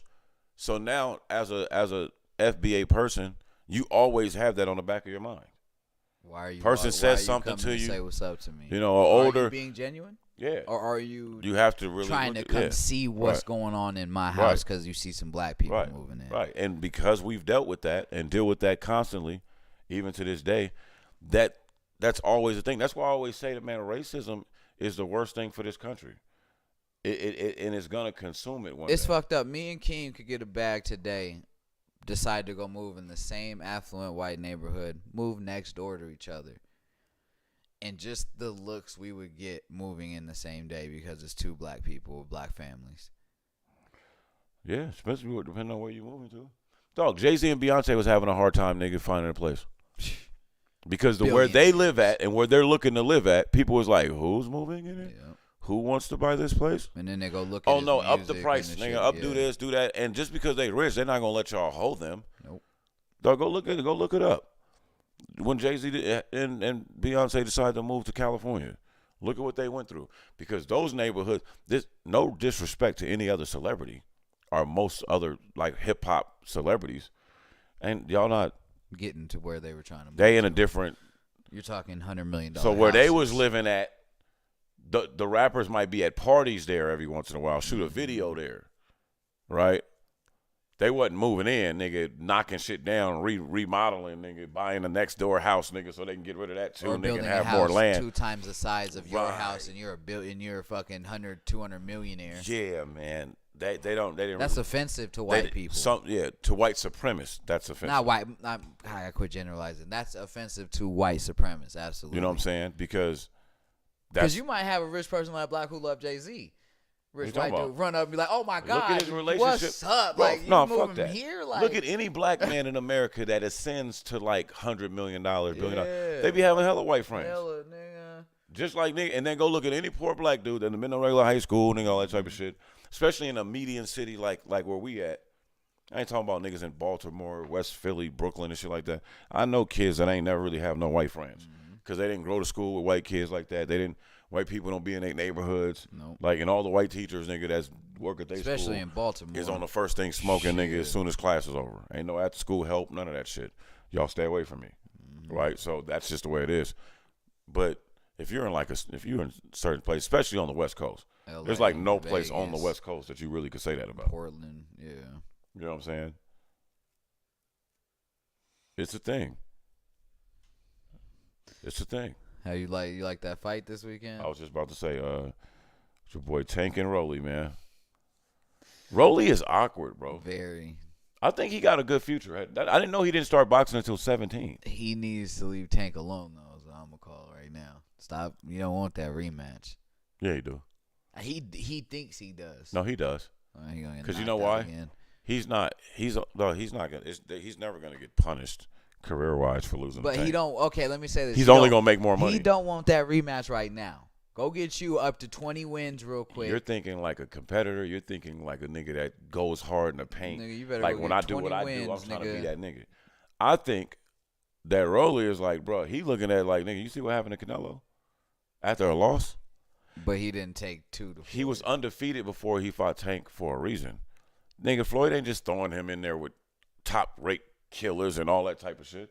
So if you gonna manicure his career like they're allowed to do with those type of fighters, and you go get him like 10 more bums, and it comes down now you about what 27-2, which is 2 losses to Tank or some shit like that. Yeah, if Tank goes down to be like 50-0. But I'm just saying, think about it. Like your money is up. You have that same blemish as anybody who lost to Mayweather. They might you even lost to the nigga who the media will even try to force Tank to fight him a third time after he get a couple more wins, and they'll tell you, oh, he's much better now, and now he did it. They do that. I just don't know if I'm a person if I want to get knocked out 3 times by the same nigga. If I'm making for the check for $5 million, but for the pride though. If I'm making $3 to $5 million every time I got knocked out, and I'm getting knocked out by a world champion fighter, the fuck is a nigga at the bar gonna say to me? I don't know any other world champion fighters. I'm talking about. I don't know nobody. nobody. Care what the media says. My pride isn't gonna want to just keep walking in the knockout. Now listen to me. I know every time I fight him, I'm gonna try to win. No, don't get it twisted. I'm just saying, nigga. If a nigga's better than you, he's better than you. If I know in 2 fights he done knocked me the fuck out around the same round. All right, well let me throw this in there. I'm not doing it a third time. Let me throw this in there. What if that happened? But each fight, you got a little bit better. Like, each fight, nigga, was like, nigga, and each fight, remember, you ain't never seen Tank bleeding? It was a headbutt or elbow. Don't give a fuck. When you fighting the nigga and you in there and you see a nigga bleeding a little bit, nigga, you ain't thinking like, oh, he only got that because I got it. You in a fight, nigga, like, yeah, my nigga. My pride is dollar amount can't take my pride, dog. I'm telling you. Bro, After I think getting it changes knocked, with that if money. I get slept twice, Right. I'm not coming back for the third. I don't care. Hold on. I don't give. Because you're making it sound like it's back to back to back. What if I stretch it between 3 to 5 years? That's you making different. millions of That's dollars different. and you winning all the bums I'm putting in front of you. Different. That's what I'm saying is going to happen. Okay. I thought you were talking about like. Oh, his like a next 3? fight. Nah, no, I'm hell not no. getting whooped 3 No, times in my a row, nigga. nigga. You're not just gonna. Now look, Rolly gotta say he want it right now, right? And he know he not gonna get it, but he gotta say he want it right I'm now. not taking him just back. Bro, to you know back who to else back. did that on the low? Who? Because he wasn't as loud with it. Pitbull Cruz, nigga. He went on along with the little he knew the Hispanic fans was gonna be like, oh man, they cheated him. Oh, so he rolled that out for a little bit. Like, yeah, when the media, after the smoke settled and you got your check, nigga, and everything good, and you get more, you got damn near 300 more thousand social media followers, nigga. You might even got a check by your name now if you didn't. All this type of shit going on, right? You get back, and now the nigga, the smoke to clear, and the media is like, oh, hey, do you want the rematch? I will see. I got to talk to my team. I got to work on some other things, like maybe in the future. Because like, damn, this nigga just beat me with one hand. I'm not, like I said, I was thinking to like on some back-to-back shit. Okay, yeah, no. I'm not just getting that. slept back to just going to keep walking me into a knockout. Dog, that makes more sense. Because I was thinking, I'm looking at you like, fam, you're a businessman. No. Why would you say that? If you spread them out, if there's like 5 fights between every fight. Listen to me. I'm talking about 3 to 5 years. Not maybe even 5, 6 years. Yeah. Maybe even 5. Nigga, 5, 6 years. Fuck it. 4 to 7 years. Nigga, 3 fights. I'll even do this. If you give like me over the career. If you give me 2 fights in between our trilogy, I'm cool. I can 1 fight, then I get 2 fights, then you give me another one. I get 2. You know where I got that from? Let me state my shit. The Golovkin shit. The Triple G fight. They basically kept that in. They kept quiet. They wouldn't talk about each other. Pacquiao. They kept that in Canelo's back pocket. Like, yo, if you do lose, and when you get a bad loss, nigga, one of our little gimmicks don't work. We know people want to see you fight this dude, and that's a respected fight that you're just insulated in. And there's a bag. And it's a bag. Mm-hmm. So I know we got that on the back burner. And you got your money up more. Why you think he was able to turn down $100 million to fight Charlo on them? We don't need that money. Nigga, 55. You want the ass whoopings. Why would I do that? 2 in a row? Well, why would I go in there? Even if Canelo's like, man, I can beat all 3 of them. That would be the hardest 3, excluding Floyd. That would be the hardest 3-fight stretch in the history of his fighting career. Oh, yeah. Why would he do that when he's in the driver's seat? Hey, but if he won, as a fight fan, I want to see him do it. Convincingly, he niggas couldn't talk no more. Dog, now you different. Now niggas be like, hey, Canelo, all right. The beginning of your career, I thought you was a sucker, but then last 3 you just did, you solid. See, we would do that. Yeah, that's a because FBA people give it up where it's due. FBA people give it up where it's due. Go look at Floyd's top 5. It's some Latin fighters in there that you ain't never even heard of, nigga. His top 10 or whatever. But he gives it up where it's due. They not, man, bro. To this day, Emmanuel Augustus, he says one of his top 5 hardest fights, probably the top 5 boxers he's ever fought. Mayweather. I believe it. And niggas don't know shit about Emmanuel Augustus, bro. No. Unless you his crazy ass style. Unless you a real fucking boxing fan, you don't know nothing about that nigga was good. That nigga was a beast. Yeah, that motherfucker was good, bro. He only lost to Hall of Fame world champions, nigga. He's the modern day Sean Porter, bro. Yeah. Like the dude that's really good. He's like a Hall of Famer. But he's like not the best. He's just not the best of the Hall of Famers. I got belts, but niggas come take them from me. You know what I'm saying? But they're Hall of Fame next level niggas. Like you niggas ain't taking them. But these dudes up here, like, yeah, I get it. I'm excited for this Haney fight, bro. Because I think so, yeah, and I think what is going to happen. I leave early Saturday, moving. I think the circumstances. I think the circumstances are going to bring a certain level of dog out in Devin that we ain't really have to see. That's what I really believe, bro. I just hope you don't sleep on him like T.O. did. Well, I don't think he's doing that at all. I mean, you're in Mayweather's camp. Mayweather's not gonna let you sleep on him, but I just hope he don't. I hope that he don't get in that ring and sleep on him. I don't think he's built that way. You know what I'm saying? A lot of these fighters, but they was trying to make fun of him, and I ain't gonna name you out because we don't do those type of felonious shout-outs. But it was a Hispanic boxing channel, nigga. They was hating, and they kept posting the pictures of I think they did. It's 3 black fighters. I can't think of all 3 of them, but it was Floyd. Oh yeah, it was Floyd. When the last time he lost, he was a kid in the Olympics, got cheated. Yeah. The whole world can see that. He got cheated. See, that one backfired because the fans. Other people get fired. Because the fans knew, right? He got cheated. It was a hometown dude. They cheated Floyd. Floyd whooped his ass. They cheated him. Floyd broke down in tears during his interview because nigga, he ain't built to lose, and he knows the work he put in, and he's that passionate about it. Said, "Fuck the amateurs. Fuck this shit. Went pro. Never lost again." Shakur Stevenson's had a similar situation where he took the silver in the medals round when honestly, nigga, he probably should have got the gold. But America and U.S. boxing is okay with black fighters getting cheated abroad. They're just okay with that. The history shows it. They don't petition it. They'll come back home and admit it and talk about it for floor. But they don't ever be like, oh, we not boxing in this motherfucker unless you stop cheating black fighters, right? Damn near every black American fighter that then lost in the Olympics, there's a story attached to it where, well, we know they really should have won gold, but he got the bronze. Oh, we know he really should have won gold, but he got the silver. Nigga, Deontay Wilder. We hear that all the time, right? But even Deontay Wilder had never really boxed before, nigga, and got the gold, the bronze. So even that's kind of crazy. But we're talking about Shakur Stevenson, the Floyd Mayweathers, people like that literally, nigga, were prodigies since they put the boxing gloves on. And I think the other fighter was Tank. It was either Tank or how do you not lose a professional fight, but you lose in the Olympics? Don't make no sense. That's how you know niggas got cheated. No, how you know that the shit has always kind of been slanted is niggas. Go look at these niggas, these fighters. All these undefeated black fighters, nigga, are not undefeated amateurs. Nope. Lomachenko was an undefeated damn near amateur though, and certain people like that. And then you see these guys that were undefeated amateurs and nationals, and they never lost.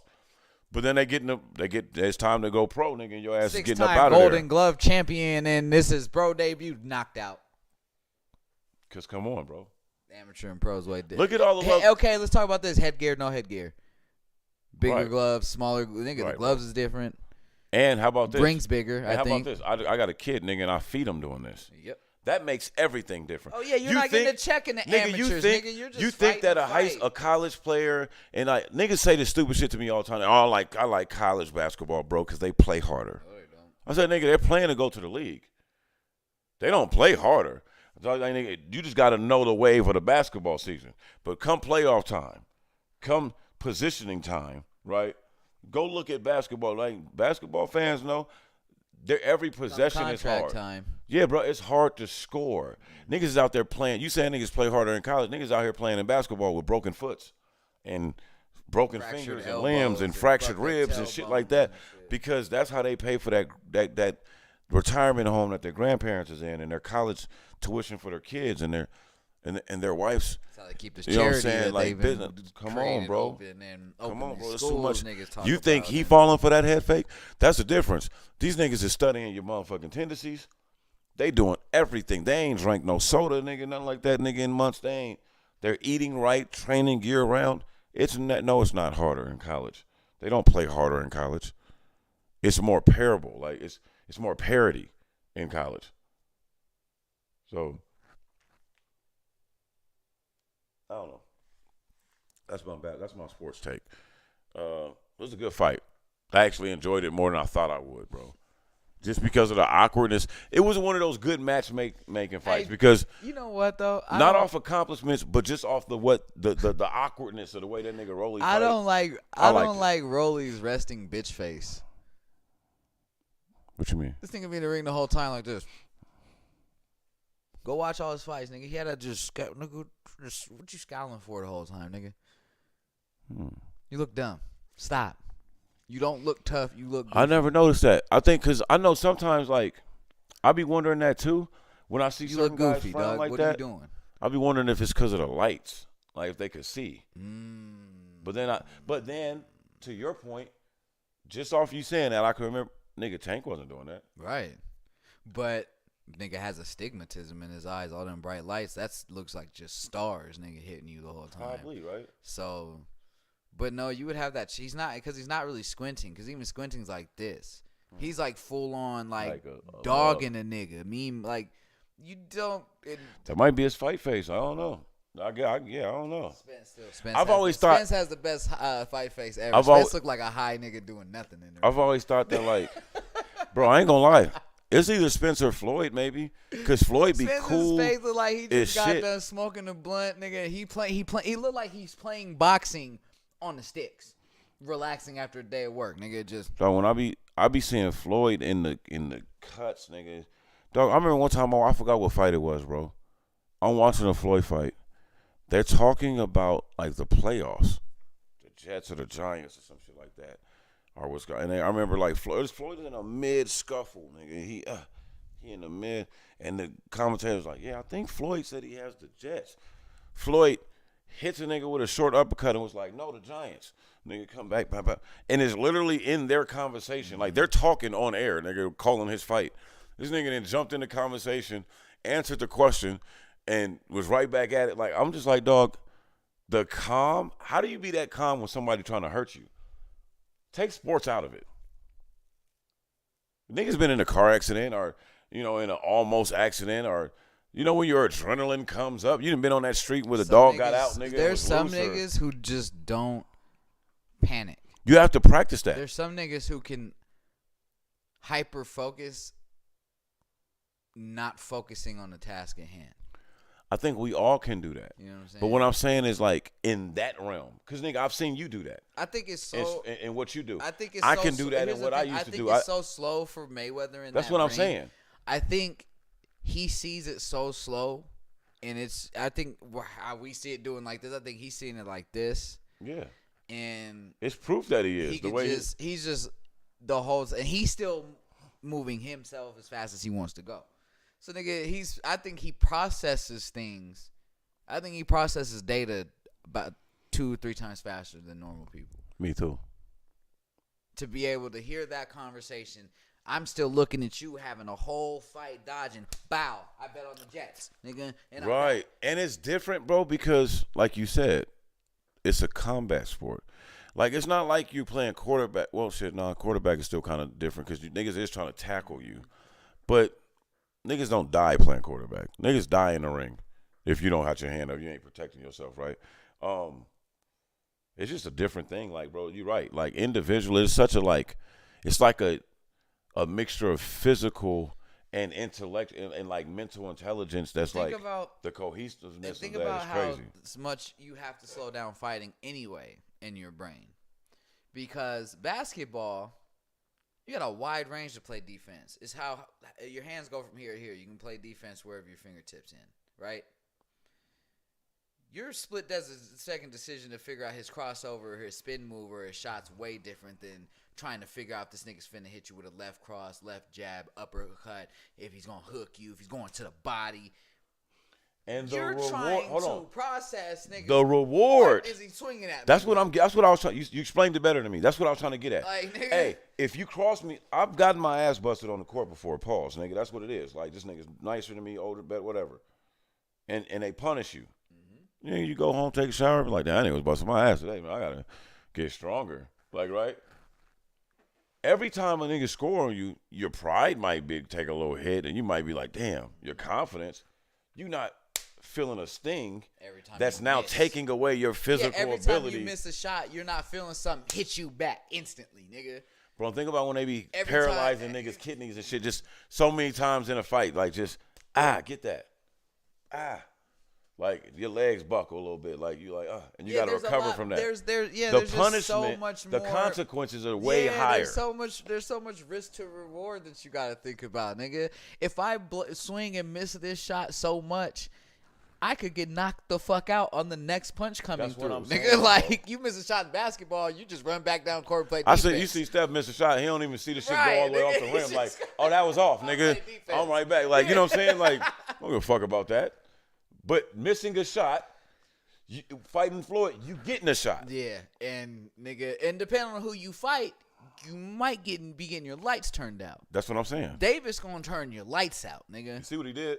Spence gonna turn your lights out. Crawford gonna turn your lights out. Charlo gonna turn your lights out. Canelo gonna turn your Pretty lights boy out. Floyd, you going to sleep. Niggas gonna put you to bed, nigga, if you give them the perfect shot on a miss. Rolly said that, he's like, yeah, Tank, you just be running into punches.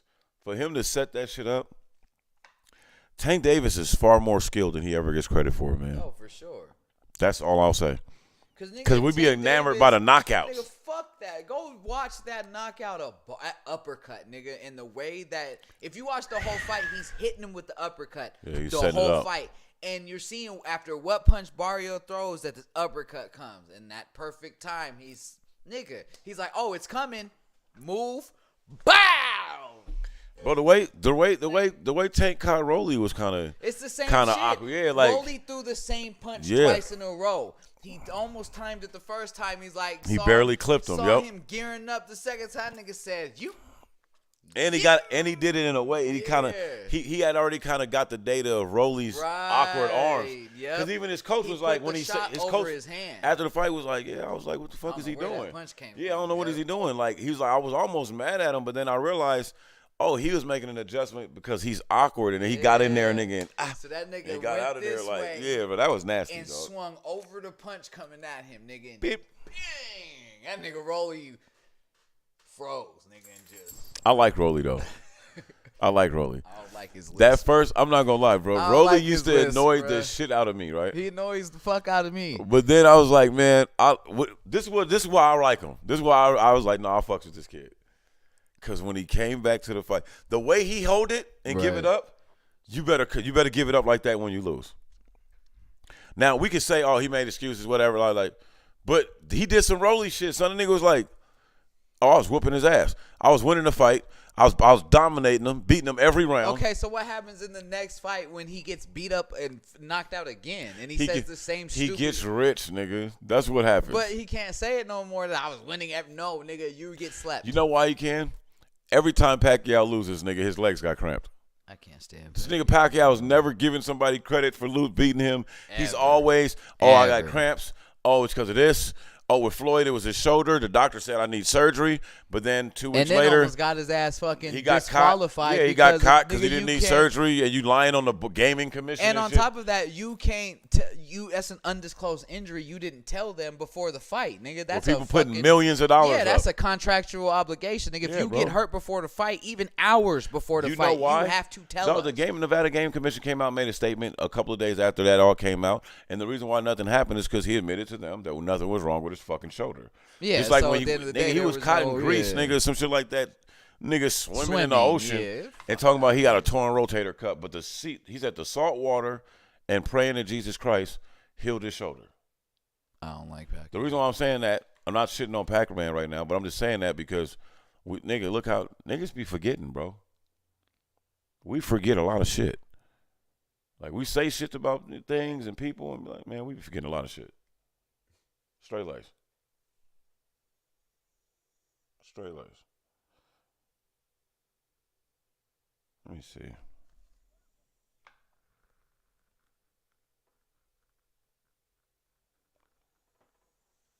So I fell for some dummy shit. Got a little too excited. Somebody posted that cap sign with the motherfucking Raiders. Everybody. I just re-signed it. 2-year deal or whatever. I just re-signed it. Just reposted it. Boy, niggas was mad at me.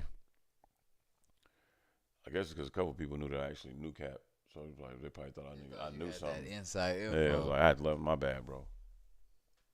I just got a little too excited. I was about to go get a Raiders cap, my G. Because I seen a dope-ass Raiders cap that I want, but I ain't going to buy it. But if Cap sign, oh, yeah. And his jersey. Nigga, a Cap jersey and a Raiders is already going to be black? That's hard. If I was the Panthers, I'd have signed Cap. These niggas don't know how to market. I'd have had Cap playing for the Panthers.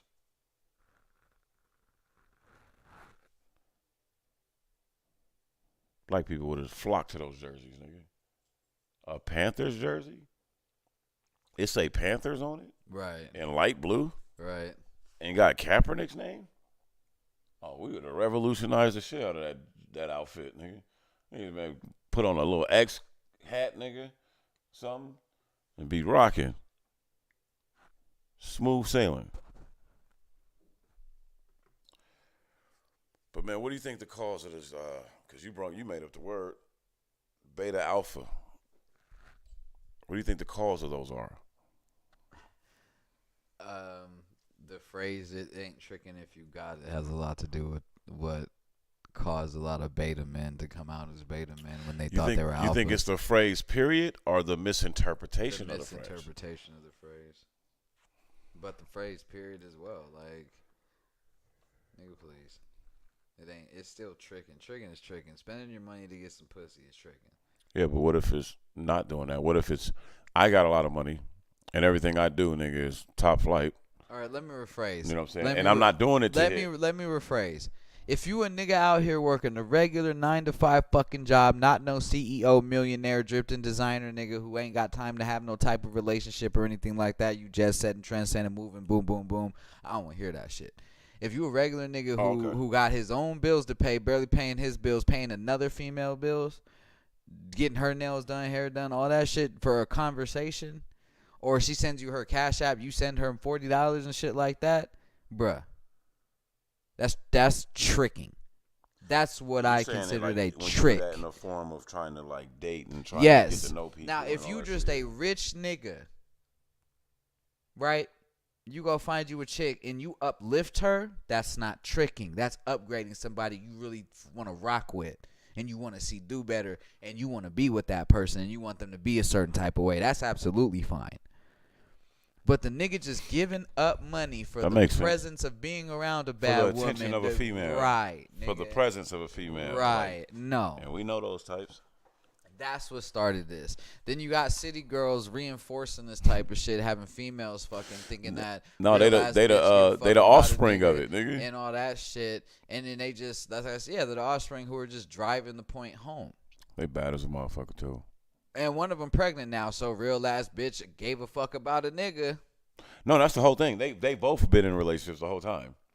It's like when Beyonce's number one hit was Single Ladies and she was with hoes. Yeah, you motherfuckers look so stupid. Girls always be falling for that shit, man. Dude's the only one. Whole ass relationships telling you don't get in a fucking relationship. Fuck a man, do all this extra shit. At least Beyonce's shit was uplifting the single lady shit. That's you know fair. what I'm saying? That is true. That's different. It wasn't like she was dissing men. No, nigga, she was just saying basically get your bag. Like, get you your don't shit together, need this dude. Like, and that's fine. But to real ass bitch give a fuck about a nigga I make 876 fucking scamming ass. You sound stupid. Shut up. And then you in a whole ass relationship with a nigga who don't do none of that. You ain't with a scamming her. You ain't with none of that. You just make the culture look stupid. You look stupid, and you breed a whole fucking generation. Yeah, it's of not blind, just the city girls though. Ass females. Yeah, dog. no, it's not just city girls. You got Nicki Minaj is doing. You got Cardi B. No. Not Nicki. You got Future that got everybody on drugs, nigga, and the nigga don't do drugs. Oh, allegedly. Yeah, let's talk about that. I'm like, Future, you got to get high right now, nigga. Now you don't get high no more, but we're... No, I'm hearing that he never really got like that. He never was really big on drugs and alcohol like that, allegedly. Like, that wasn't really his shit, but when certain shit took off, that became his image, and he just was like, he ran with it. Probably the same with some of these killers talking about drill music and shit. Ain't drilled shit. But some of them still going to go to prison for it, though. Right. That's what's fucked up. Yeah, so, nah. It's... Beta males were created by fake alpha females. Do you think there is a such thing as an alpha female, though? Absolutely. Oh, okay, cool. Yeah, no, okay, I respect Absolutely. that. Yeah. But you're not an alpha female because you preyed on a simp ass nigga. I respect that. Go ahead and elaborate. Just because you found somebody who's willing to give you all the money out their pocket and shit like that, that don't make you an alpha female. Makes you a predator. Yeah, just like a pimp ain't an alpha male just because he preys on women. Okay, yeah, no, I respect that. I agree. Are you an alpha male in a room full of males who are alpha males, nigga? Or are you a beta to these niggas? Because you can't control these niggas' minds like you can a female. That's why I know pimp niggas that don't really fuck with me like that because they know I'm not the hoe and you can't talk to me, nigga, any type of way because I know, nigga.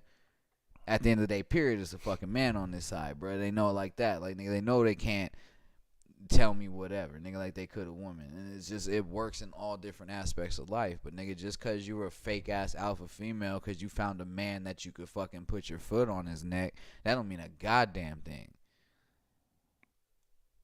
No, I agree. Or, like, alpha females in the dominatrix field. I feel you're fake alpha females because you're just preying on men who like to be dominated. That don't make you an alpha. Are you alphas with your girls? Are you the pack leader there? Are you an alpha with that dude that's banging your spine? Because I dated a dominatrix chick. She wasn't the alpha in my relationship. She was a whole beta. Did what I wanted to do, everything, nigga. But she was a whole dominatrix. Had a whole client list of men, paid her to do all types of shit and do all of this. So, yeah, that's real. You a submissive ass person. That's fake alphaness. I'm an alpha everywhere, nigga. You're an alpha everywhere. Some nigga. people maybe like I be thinking about that, like, cause you be seeing powerful dudes They're not alphas. that get in there. You can't be an alpha. I guess and what I'm do trying to beta say. shit. No, I guess what I'm trying to say is being an alpha personality isn't always synonymous with power. No, You know what I'm saying? not at all. Um, Alpha personality is just borderline narcissistic dickhead. yeah, Let's be real. it's a fact. Big dick energy is just narcissism and dickheadness, and just Don't even mean you got a big dick. right. You're just a dick. Just carry yourself that way, Right. man. Like, you know what I'm saying? Like, So that shit is funny, alpha man. woman to me is a woman who didn't come from shit. She don't have to necessarily be in this. This is just a specific one case of an alpha woman. Alpha woman to me, maybe somebody who didn't come from much.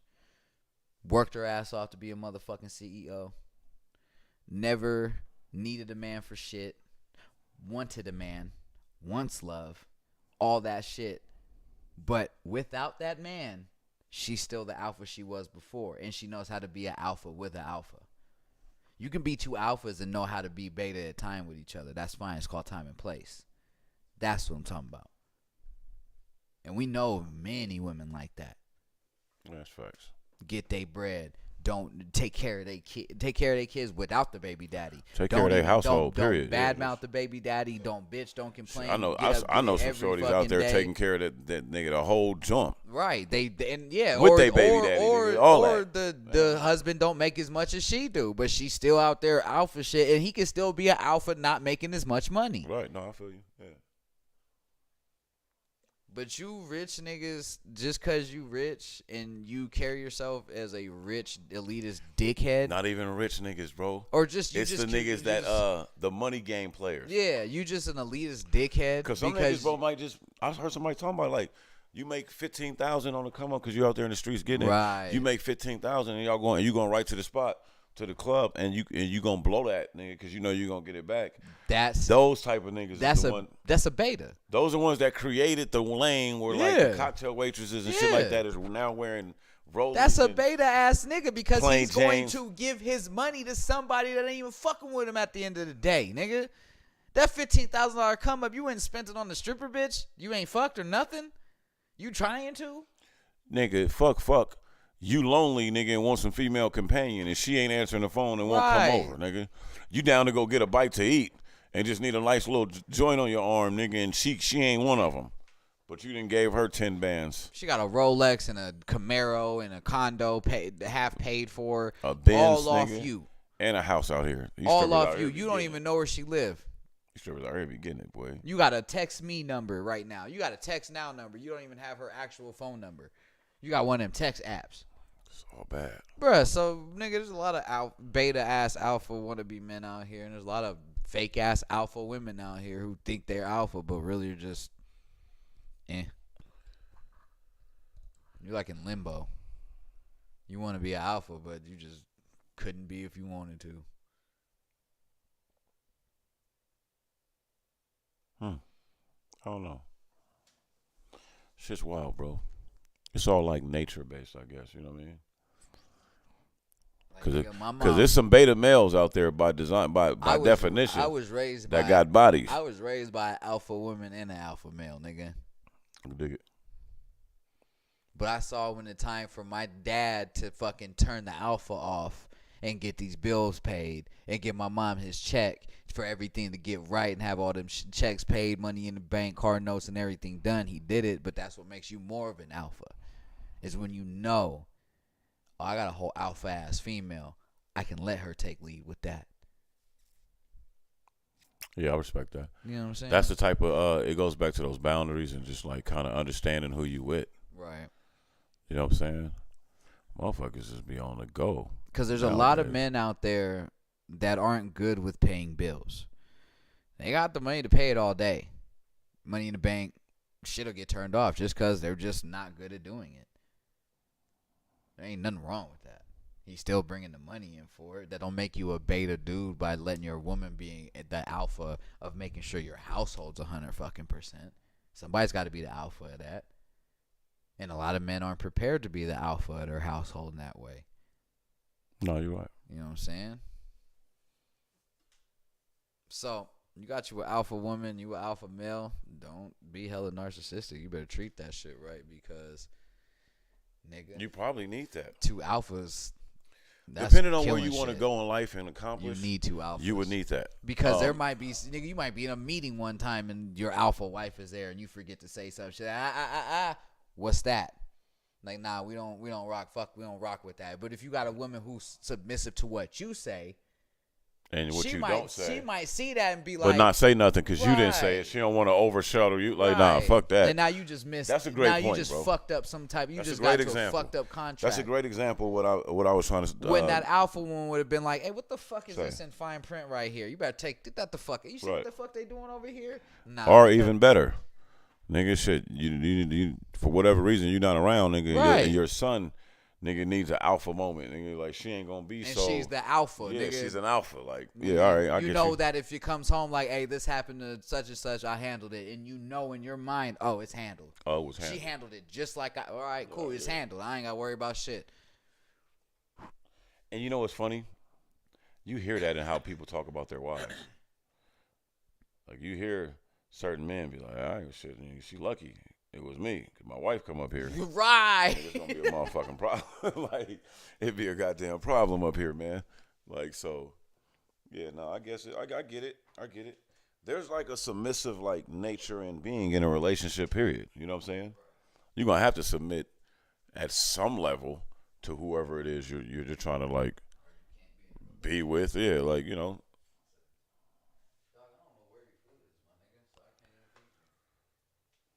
Damn. I got my little nigga Zero packed up, huh? It ain't. She just do goofy shit like pack everything on top of shit we're still gonna be using every day. Oh, that's just female, bro. that's just the other sex. They do shit like that. Dumb shit. Yeah, man. When it comes to that shit, man, that's not something that. She don't really hit your shit. Oh, God, can't man. Get my nigga a cookie or something, man. Her dumb ass put it in the garage.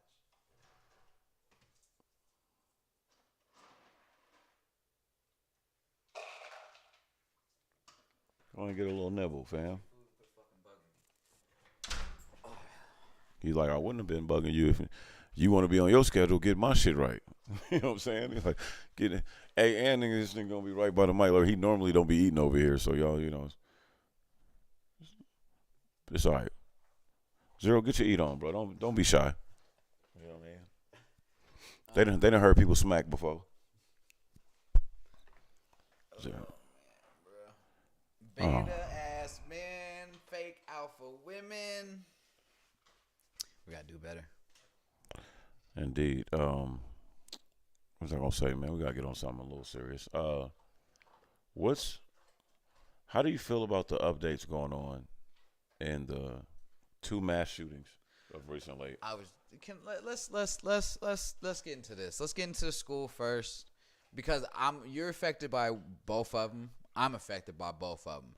He's got a nephew he raises pretty much as his son. I got sons and fucking daughters that are in fucking elementary school, right. Nigga. I'm a black man. He's a black man. So both these issues touch home with us. Let's talk about the school. Why is it okay that I can go walk into any school right now, doors open, they don't know who the fuck I am, they're not gonna check my ID till I get to the office and talk to somebody. By then, I could have shot everybody in the office. Now nobody knows I'm there. Full scale. Now the school's on lockdown. Now every door's locked. Now the windows are locked.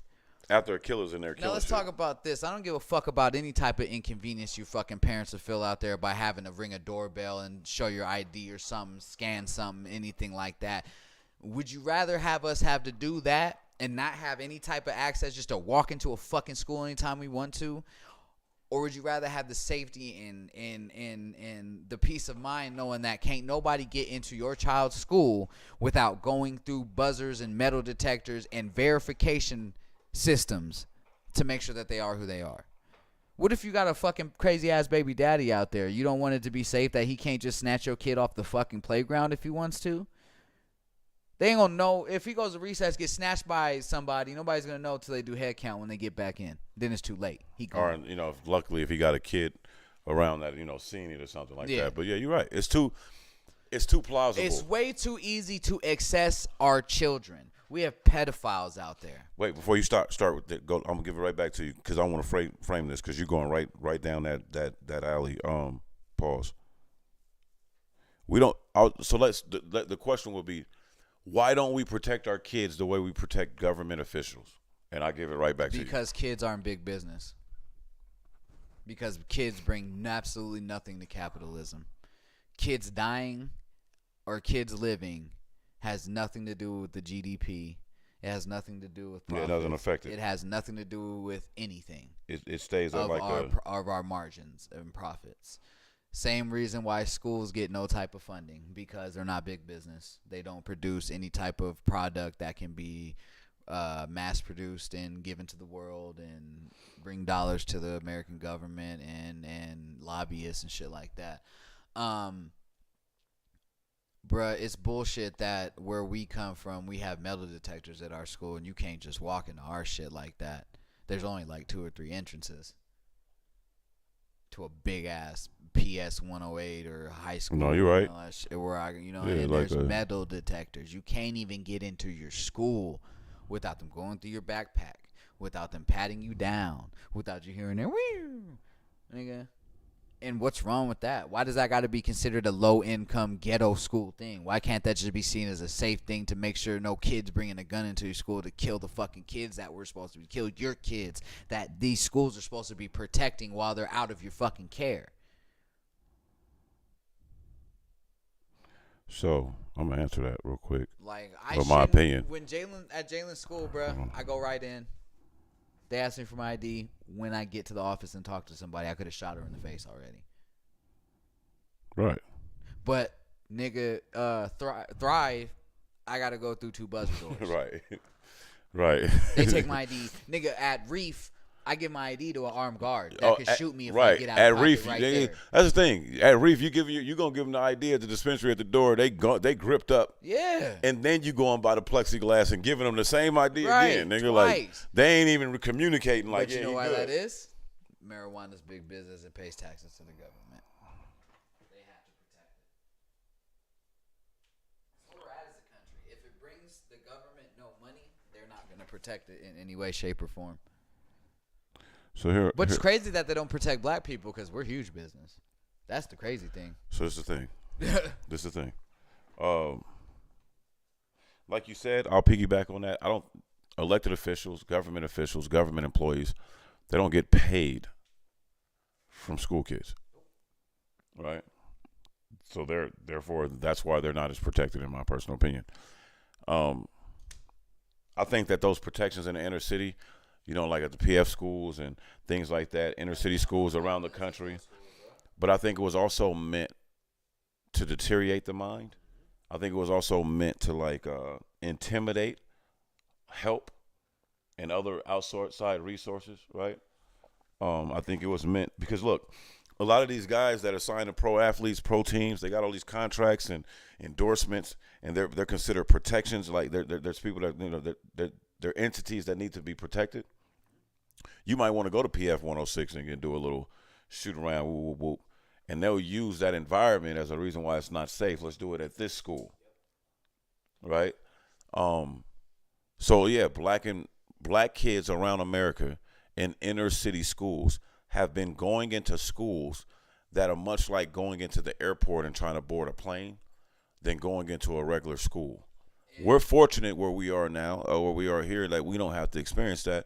But just last time I was in Brooklyn, man, one of my little cousins was telling me that every school in Kings County, they got clear backpacks. Yep. And what's the death rates and shooting rates at those schools? They're very low compared to so-called suburban schools, and so-called median income schools that are just public schools in a lot of these median cities. And you're talking about like Catskill, Brownsville, John R. in Detroit, where there's way less killings, and you're talking about hood, predominantly black, where these kids get out of school, go straight to the burner. Right. Got less shootings there. No, where they got burners in their locker to stay safe, stay dangerous. Nigga, yeah. Right, not the school Shot by the next op that they got to op with. Hey, bro, I seen the thing where they had Little Ruby, was like, I think she was like 8 when she segregated the schools. But she had to have the fucking National Guard protect her. And she had adults from the city and all these hate, you know, these white gangs and shit like Ready that to kill her. attack, you know, talking shit. Every white kid in the school spitting at her, throwing shit at her. The teachers don't want her there. She went to school, graduated from college, did her thing. She's alive and well, nigga, and never even thought about shooting up the school. Like, Never went and you killed know, it's none just of them we white come kids from a that spit on descendancy her. of tolerance in a way that and it's like a double-edged sword. Me with the sob story of I'm broke. They made fun of me because of my clothes, but your motherfucking ass afforded $3,000+ in assault rifles and fucking ammunition.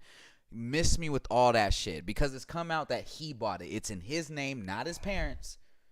You got the money to buy that shit. So all you news outlets, or his parents gave him Fox, all that shit. And if the parents gave him the money, father, fuck you. Y'all should burn in fucking hell with him. And because even if you didn't know what he was doing, because I can't believe that you didn't know anything about it. This nigga's in your house. So Kyle Rittenhouse's mom really just got off, huh? Like she ain't, cause she Nothing. bought that nigga a gun Yep. when he was like not old enough, right? Yep. Wasn't that the main thing? Like, boy, they love to move that technicality goalpost, boy. Mm-hmm. It's you know what I mean. Judges and told black mothers, "Oh, I know he doesn't deserve this much time, but we have mandatory Assault minimums." rifles should be taken off the street. It should be only a military gun. You should be able to protect your house with shotguns and pistols. Period. We don't need anything else for home protection. Because most of the time, niggas running in your house, a good full clip of a pistol is enough to take care of 5 of them if you got I don't know, aim. bro. If motherfuckers is running in with the extendo clips, nigga, nah, I need what they got. Then you get an extendo clip. I'm not saying I need everything the accessories. criminals got. That's all I'm saying. Get rid of all assault rifles except the military, nigga. But let's talk realistically. I mean, from the white folks. Let's I mean, talk. from Let's talk every realistically body. right now, though, because that sounds pie in the sky. Let's say, all right, we're not talking about nobody's personal arsenal or whatever. I don't know nobody that's just about to give their guns to the government, especially Aboriginal descendant, African slave descendant FBA people. Nigga, a lot of motherfuckers, especially when you get to the South and the Midwest and that back East Coast, that old country East Coast, they like, man, we know what happened last time y'all had guns. And we did not. See, I made that point. We not shooting up schools. I made that point to make this point, nigga. We not doing all of that, right? Gun control won't mean anything, nigga. New York has the strictest gun laws in the fucking country, and niggas still popping the fuck Niggas will off. pop your shit. Plaxico Burr shot himself accidentally, nigga. Niggas You get know in pistols, New Yiddy nigga. that if you get caught, it's 3 to 5 years mandatory. Niggas is still biscuit Without up. shooting Hey, bro, nothing. them cats is still about to burn you down. Nigga, if Chicago it go bad. has strict gun laws, nigga. Some of the strictest. But guess who don't though? And it's right next to them, Indiana. Yeah. So it's always a yin and yang. Guess where you think most of the murder weapons in California come from? Nevada. Come on now. Where it's And nigga, open Cali carry. niggas love to come out here and be like, bruh, how much you sell that for? Cheap. The Cali nigga is always trying to buy a Cheap. biscuit from the nigga out here. And you don't need to register at a gun show to get the gun. You just buy it. You don't got to register it after that. That just became law. So when they say gun control, this is why when we have these conversations, they got to be real conversations and they can't be politicized. Gun Because, control hold on, is let me too land my far plane. gone. Some people saying gun control, that's exactly what they mean.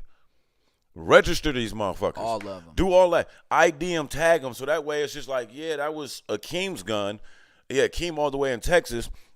He got an alibi, but Akeem, hey, how your gun get to California? Or maybe gun control should be, nigga, you got to go through psych evaluations. Niggas got to go through your whole Facebook profiles. You got to pretty much, hey, you know what it should be, nigga? You got to give up all your socials, nigga. Everything. You got to let them Listen see to me. it all, nigga. The fact that, dog, I want to see there's life. you can't cash certain checks without a fucking fingerprint. Yep. I don't know about y'all, but you got a check big enough and you go in the bank, putting a they hold want on that it, nigga. Hold on, put that fingerprint on there. They definitely got your identification. And You they telling putting me a I can hold go on it, get nigga. a motherfucking AK nigga with an extendo and I don't have to give none of that? That's what's crazy. 2-day registration, nigga. I know that. Just your ID. I know that. 2 days. This is all by design. hey, man, I'm going to get real serious and real funky. Because, see, they always put this on FBA people. Them motherfuckers love to say AK, and they talk about black people and how we're just so violent. Not all black people, black American people. Oh, we're just a violent. Oh, it's okay that cops kill you all and racist white men kill you all with impunity because you're so violent. They're talking about 1% of our community anyways, right? Like, only 1% of us are gang members. But one thing I do want to bring up is that right here as it currently is constructed in America,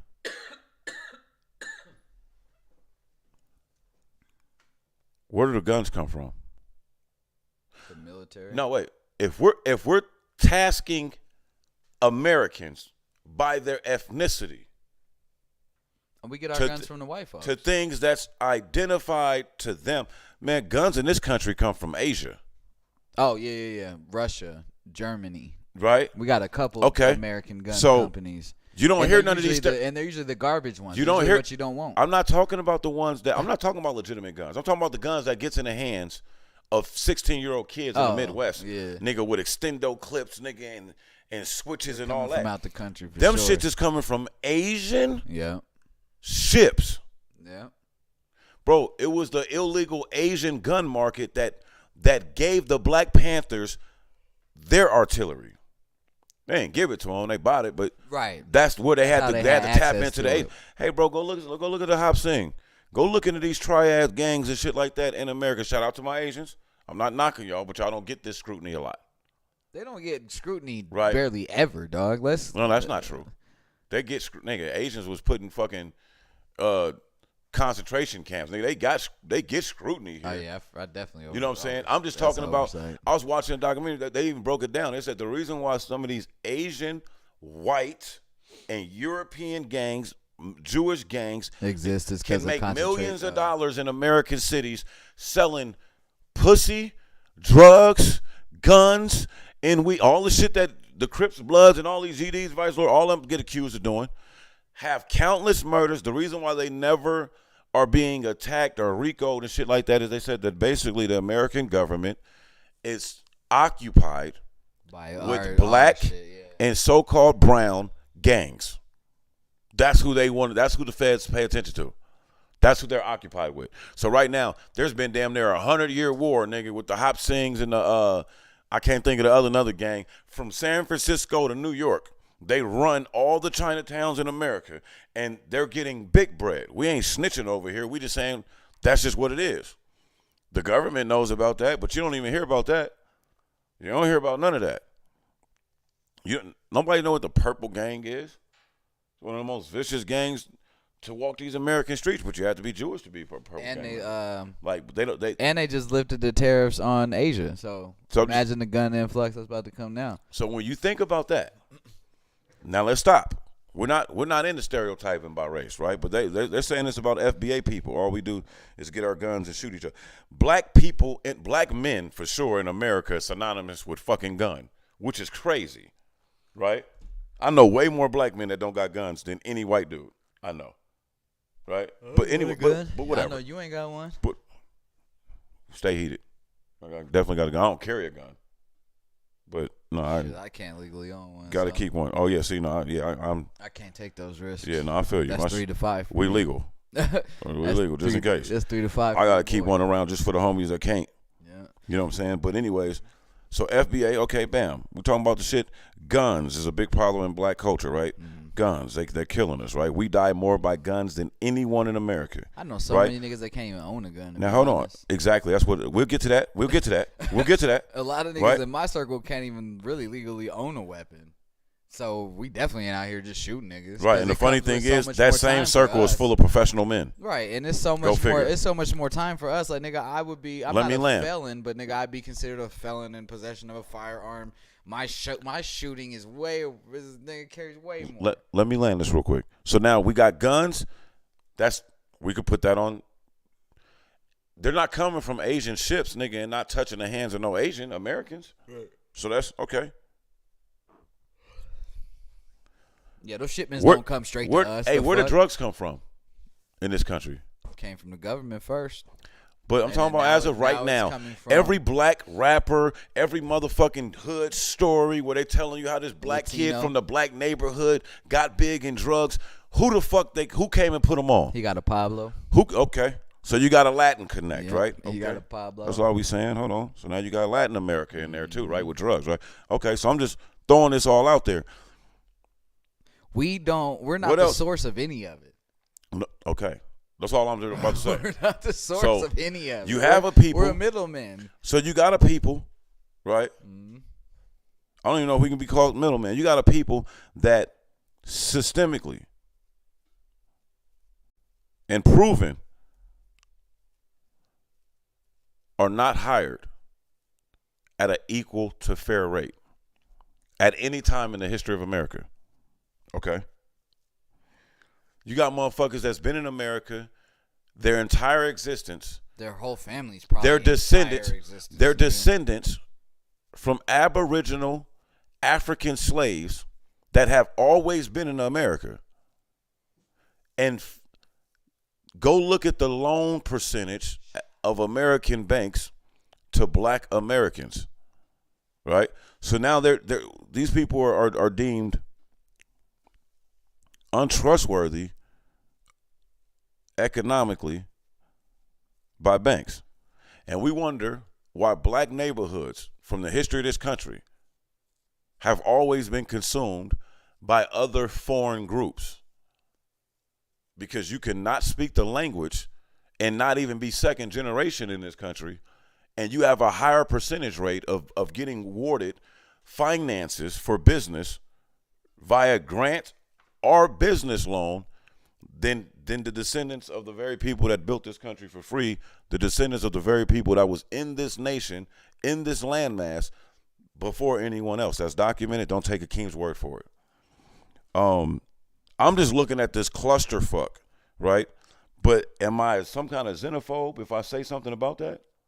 Because I ain't even get to the black immigrant groups that have migrated to America, participate in the drug trades and crime, run up the negative numbers of black America in that way. But they called black Americans the criminal race of America. They refer to black Americans as the most murderous people, right? You heard of Jamaica Queens. You heard of Spanish Harlem. You heard of Koreatown in LA. You heard of Chinatown. Little Albania. Little Italy, right? Little Haiti. Do you know what's crazy about this? Is all these places that I'm naming, the U.S. government has never bombed them. I'll repeat that. All these subcultural places that have developed over tens of years in America have been allowed to do so without any threat or any attack from the American government. Now, if I start naming all these black American metropolises that was built around this country before and after slavery, one thing that I can always point to is the destruction or the theft of it. They stole Manhattan Beach from foundational black Americans. They stole Chicago and Los Angeles from foundational black Americans. New York has always been there and has always been a thriving place going all the way back to Aboriginal times. That's always been a hub for trade and all type of other things. So when you look at that, and I'm only saying something because I posted something to our page that kind of like broke this down about how systemic racism has only harmed one ethnic group in this nation. That's just something I want people to think about. We're not blaming Asian Americans. We're not blaming Latin America. We're not blaming anybody. It's just pointing out that you can be a foreigner that comes here. I don't care if you've been here 50 years, 20 years, 30 years. You don't understand that my people, our people, has always been public enemy number one to the United States government. So you cannot compare or contrast our accomplishments or our failures without putting that in proper context. And I'm only speaking about this shit now is because we're getting to a point in this society because we're so friendly and we allow people to do our music and emulate us and dress like us and talk like us. They're starting to become real critical of us. And when we bring that up and speak about that, they have new kind of words to throw at. Nobody's going to call a black American racist. They don't have the goal to do that. So they'll say shit like, oh, you're a xenophobe. You know what I'm saying? Oh, you're this, you're that, because you're just speaking the truth. There's one ethnic group in America that does not have an ally. There's nobody, no other nation, no other group of people that we come from to protect us in that way. We know that when other nations build entities to come to America, there's contracts involved with certain amount of employment, et cetera, et cetera. We just simply don't have that, man. It's FBA versus everybody. I can't wait to get them shirts made. Shit, you might have to do something with this Beta Alpha shit too. That might be a shirt too. Just a FYI. But it's just something I thought about, bro, because I had watched this documentary. Go to our social media page. It's up there. Go to our Facebook for sure. It's up there. And it broke this down with Forbes. And that's why I wanted to bring it up. It wasn't some black publication. It wasn't some extremely liberal publication. This was Forbes. This is an editor at Forbes that broke down the financial gappings. And it's important because when they're talking about reparations, they often settle on a number between $350,000 and $400,000. What he's saying is like foundational black Americans are owed millions of dollars by this government. Millions of dollars by this government. And it's just something that, you know, that conversation is never going away. Ain't no suckers over here. We're not holding our breath waiting for that. But it is something that you're going to hear from us time to time because it's old through blood, nigga, and that's what we going to do. So if it makes you uncomfortable, who gives a fuck? Mind your business. Flip the switch. Go to another channel. The reason why black Americans have to talk about this shit is because no other American is talking about this shit. No other American speaks about this. You know what I mean? I keep hearing that there need to be reparations for parents that dropped their kids off at the border illegally and neglected them. I'm straight. Like, I'm not going to go into it. We're not going to start an argument. You know how I feel about it. It's documented.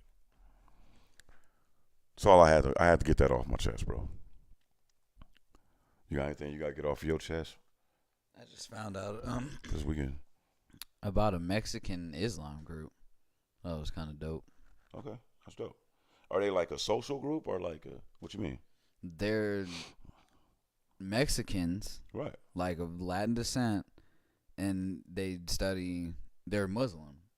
I didn't do a lot of research on it, but I just thought it was dope because it was like, You don't see it a lot. nah, So it's dope. and it Yeah, I was think like that's dope. real Mexican cats. Like they look like they be regular ass Spanish speaking Mexicans, but nigga, cool feet up, nigga, their wives are in the garb and everything. That's hard. They're praying to Allah. That's They're hard. doing I'm not their gonna lie. That's hard. See, the Allah thing, worship and all that shit. the It's thing dope. I was is, like, that's dope. Like they say Islam I is didn't still know. the fastest growing religion. There was Mexican Muslims of all. That's what I'm saying. cultures. Yeah, but you don't see it. But to see it, I was makes like, you, yeah, whoa. bro. I don't. To see somebody You're not other wrong. than black folks wearing all that, or Muslim Arabs and shit wearing all that, it was like, that's crazy. Man, thanks, Zoe. I appreciate And it. see them speaking Spanish and shit, Right. but they're Muslim. All right, that's dope. I was like, that's And I'm not Muslim, but I'm just saying, like, that's dope because, man, I think it's dope because first off, it creates. You need. How big is that to go against? Because think about it, Mexican is mainly what? Catholic. But that's huge. The reason to why it's go dope, against dog, that, bro. is because like, now you start talking about indigenous spirits, right? Right. You start talking about Aboriginal people. You start talking to people about the descendants of people that were living in harmony amongst each other before all these man-made rules came into play, right? Things seemed to be a lot more natural. Like, I fuck with them, I don't fuck with them. You know what I'm saying? Like, it's that simple. When you have Mexican, I don't know if they're Mexican Americans or if they're just Mexican brothers and sisters participating in Islam, which is a worldly religion, which is a religion that, you know, it seems to be more inclusive over the years. We're not going to go too far in ancient times. Bad men did bad things, right? It says to me that an awakening has happened amongst a certain spirit of people. You can't force your religion. We just talked about this through marriage. Hey, man, how did the Mexican come to existence, right? Like, you take these indigenous people, you rape and pillage them, you rid them of all of their cultural identity, and give them another language and a second, like a third. You make them, you fuck them up economically. It's no different than what they did to black people, black indigenous people, African slaves. It's like all kind of the same shit. But when you see a group of them kind of move in another direction, that's like, yo, man, like, because no disrespect to the Catholic Church, but, you know, like, that's a stereotype that if you're Mexican, you're going to be Catholic or Christian or some shit like that. You know what I'm saying? So that's dope. I've seen a lot of Puerto Rican and Dominican, like, Islamic people and stuff like that. They people say that they're the biggest right now. Latino Muslims and Mexican Muslims is like the biggest, is the fastest growing. Like, that's dope. Muslim chapter is right now. That's dope, and that might scare certain people. And they're saying a lot of Mexicans and Latins that might scare certain people, bro. Converting to Islam and being Muslim. Vice did a thing on it like 2 years ago. I'm gonna have to check that out, man. That's pretty dope, man. I think that is cool. It just lets you see like Diversity, shit. even like Mexican people are starting to lose their stigma towards things that people say are kind of blackish. You know what I'm saying? Right. Muslim in America, you automatically think Nation of Islam. You know what I'm saying? And now there's a Mexican Nation of Islam. Yeah, man. The noble Drew Ali brung Islam. And Farad Muhammad, they brung Islam to these shores and were persecuted for it. Because, you know, one thing I will say about Islam versus Christianity is Islam is a for sure practicing religion.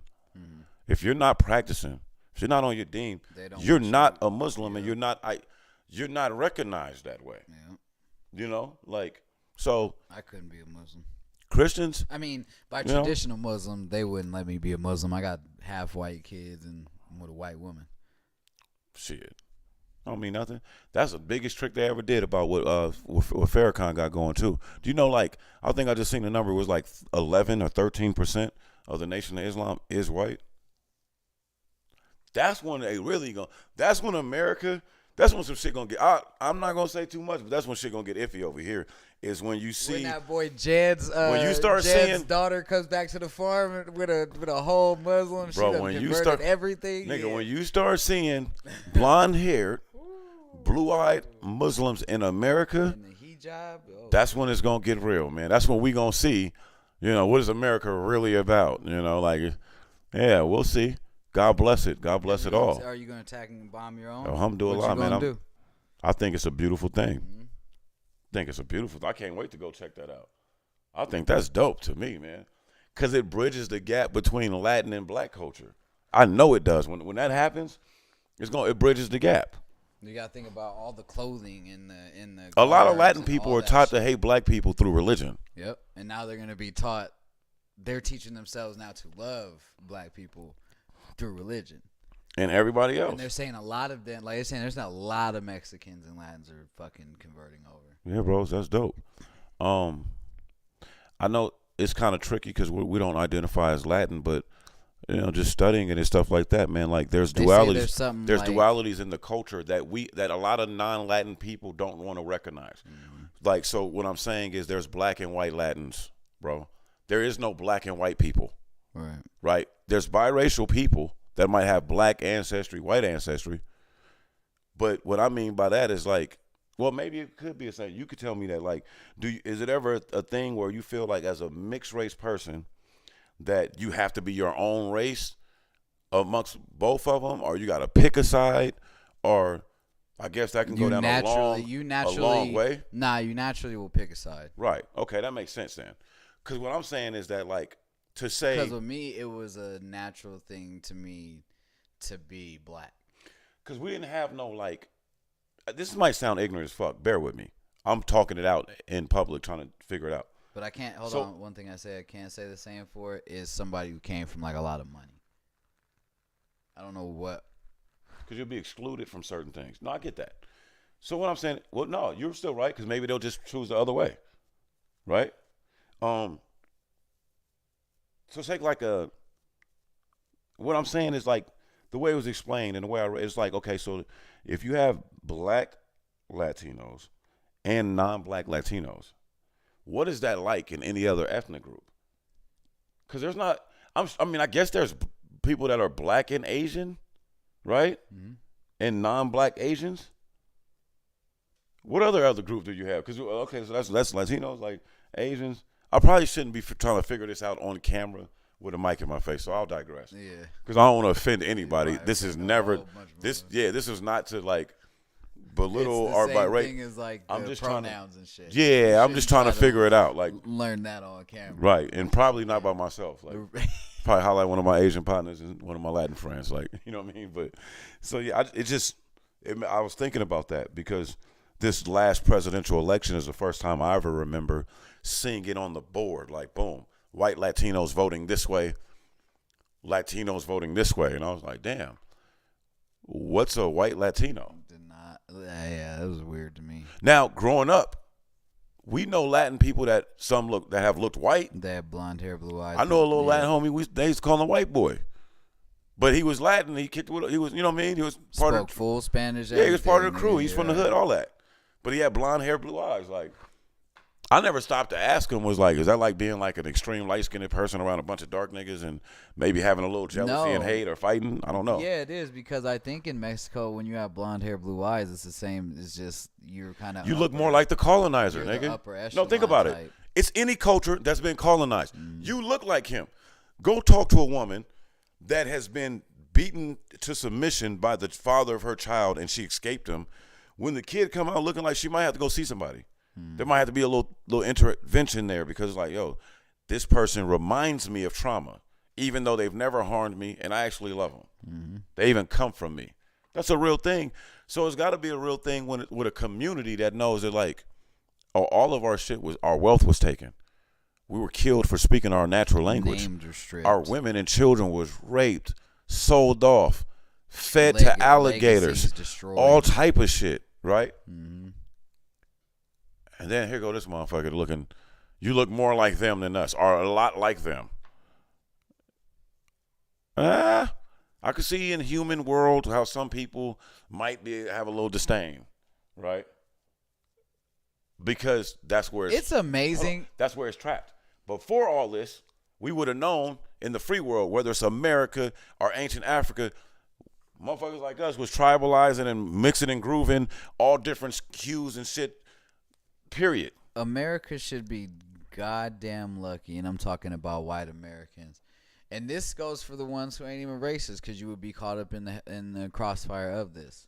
You guys are fucking lucky that we're all not Nat Turner. We didn't have. Let's still talk about that real quick. Yeah, we're not in a situation. What to if we were all Nat Turner? Nigga? A lot of that's what Malcolm was saying. Bruh. This generation now, hey, post crack epidemic.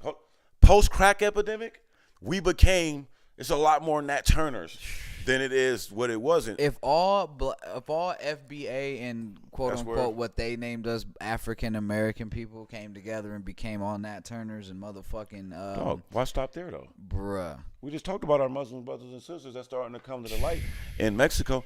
What if the indigenous peoples of the earth became Nat Turners? Oh, white that people, was like, hey yo, bro, like white people. Why is a minority group of people sticking their rule of thumb, white people, their religion, their marital laws, they choose their sides taxes, real quick, all that shit on us, bro? I'm just saying, they would choose sides, so you would know who all the allies were. This is the thing, though. You know why? Because they say the 1%, the traditional 1%, was only 3,700 families. Oh, and there's way more in the 99 of us. Only 3,700 families. Now think about this though.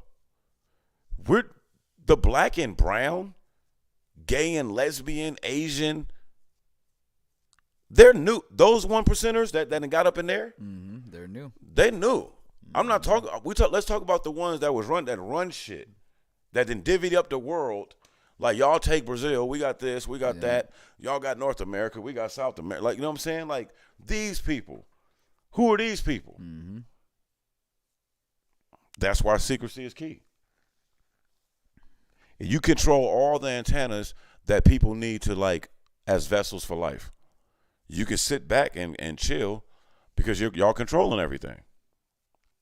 And people think that sounds asinine, but I'm like, that's easy to do with that type of insulation.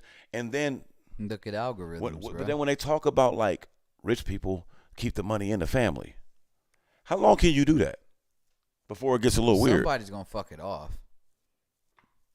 Somebody's got to at some point. And not everyone's gonna have the sound financial mind. And that's why you have these lucrative estates where you got the Kennedy estate, but, like, whose estate is it? Oh, it's all Kennedy's estate? Like, which Kennedy?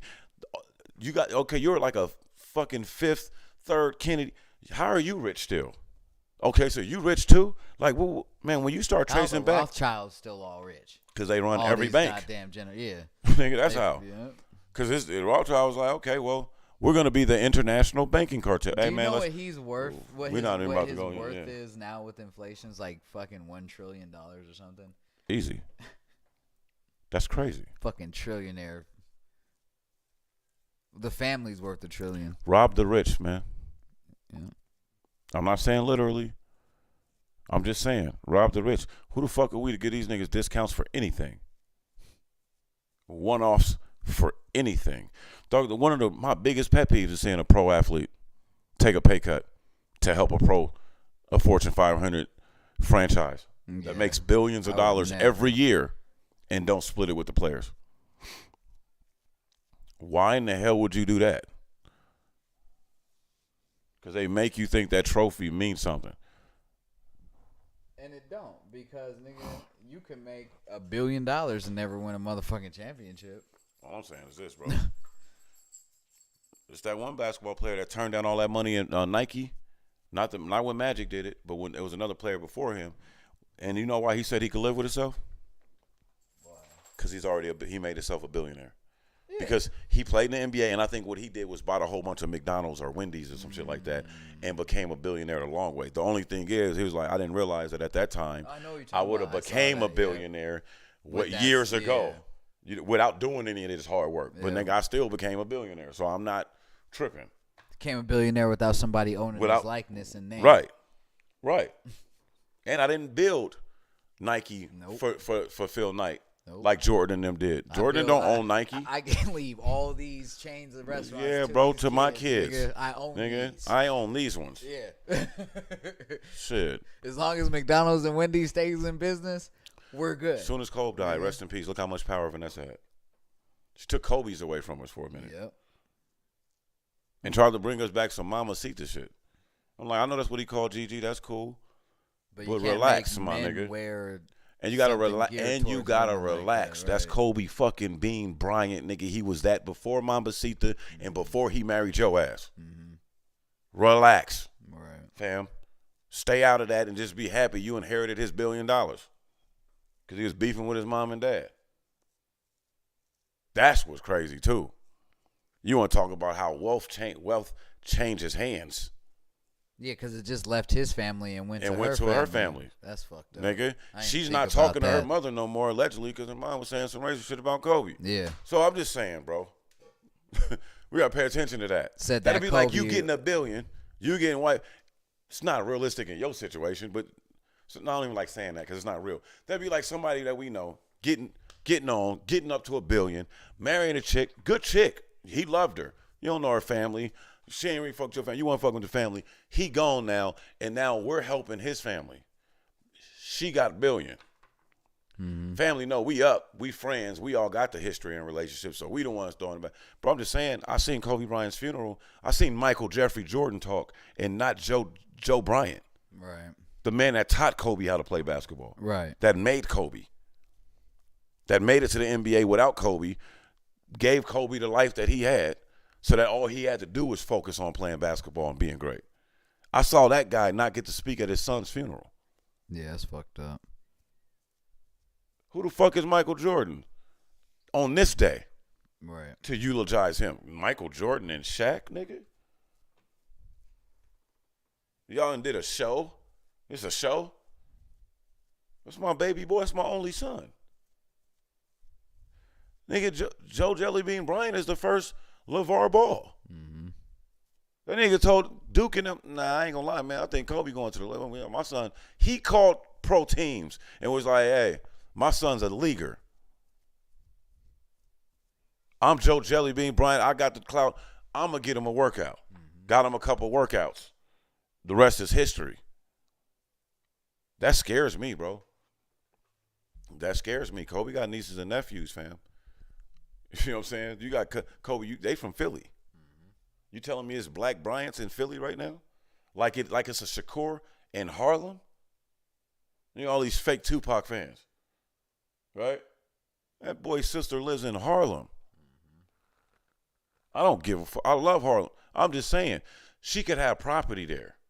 She should be living there maybe because she wants to live there. But this is not some chick that shared a father that she never met with Tupac. Nigga, they have the same mother and father. That's his sister. Be fake shit, bro. We don't be hearing about Pac's wife. Pac was married. It'd be that fake love, fam. It'd be fake love. You know, niggas want to put a nigga up here and like, what do you do? So when I think about that, all these people that love Kobe and shit like that, people in feel, Kobe got nieces and nephews. Is that gonna help them? You think the Lakers gonna look out for them?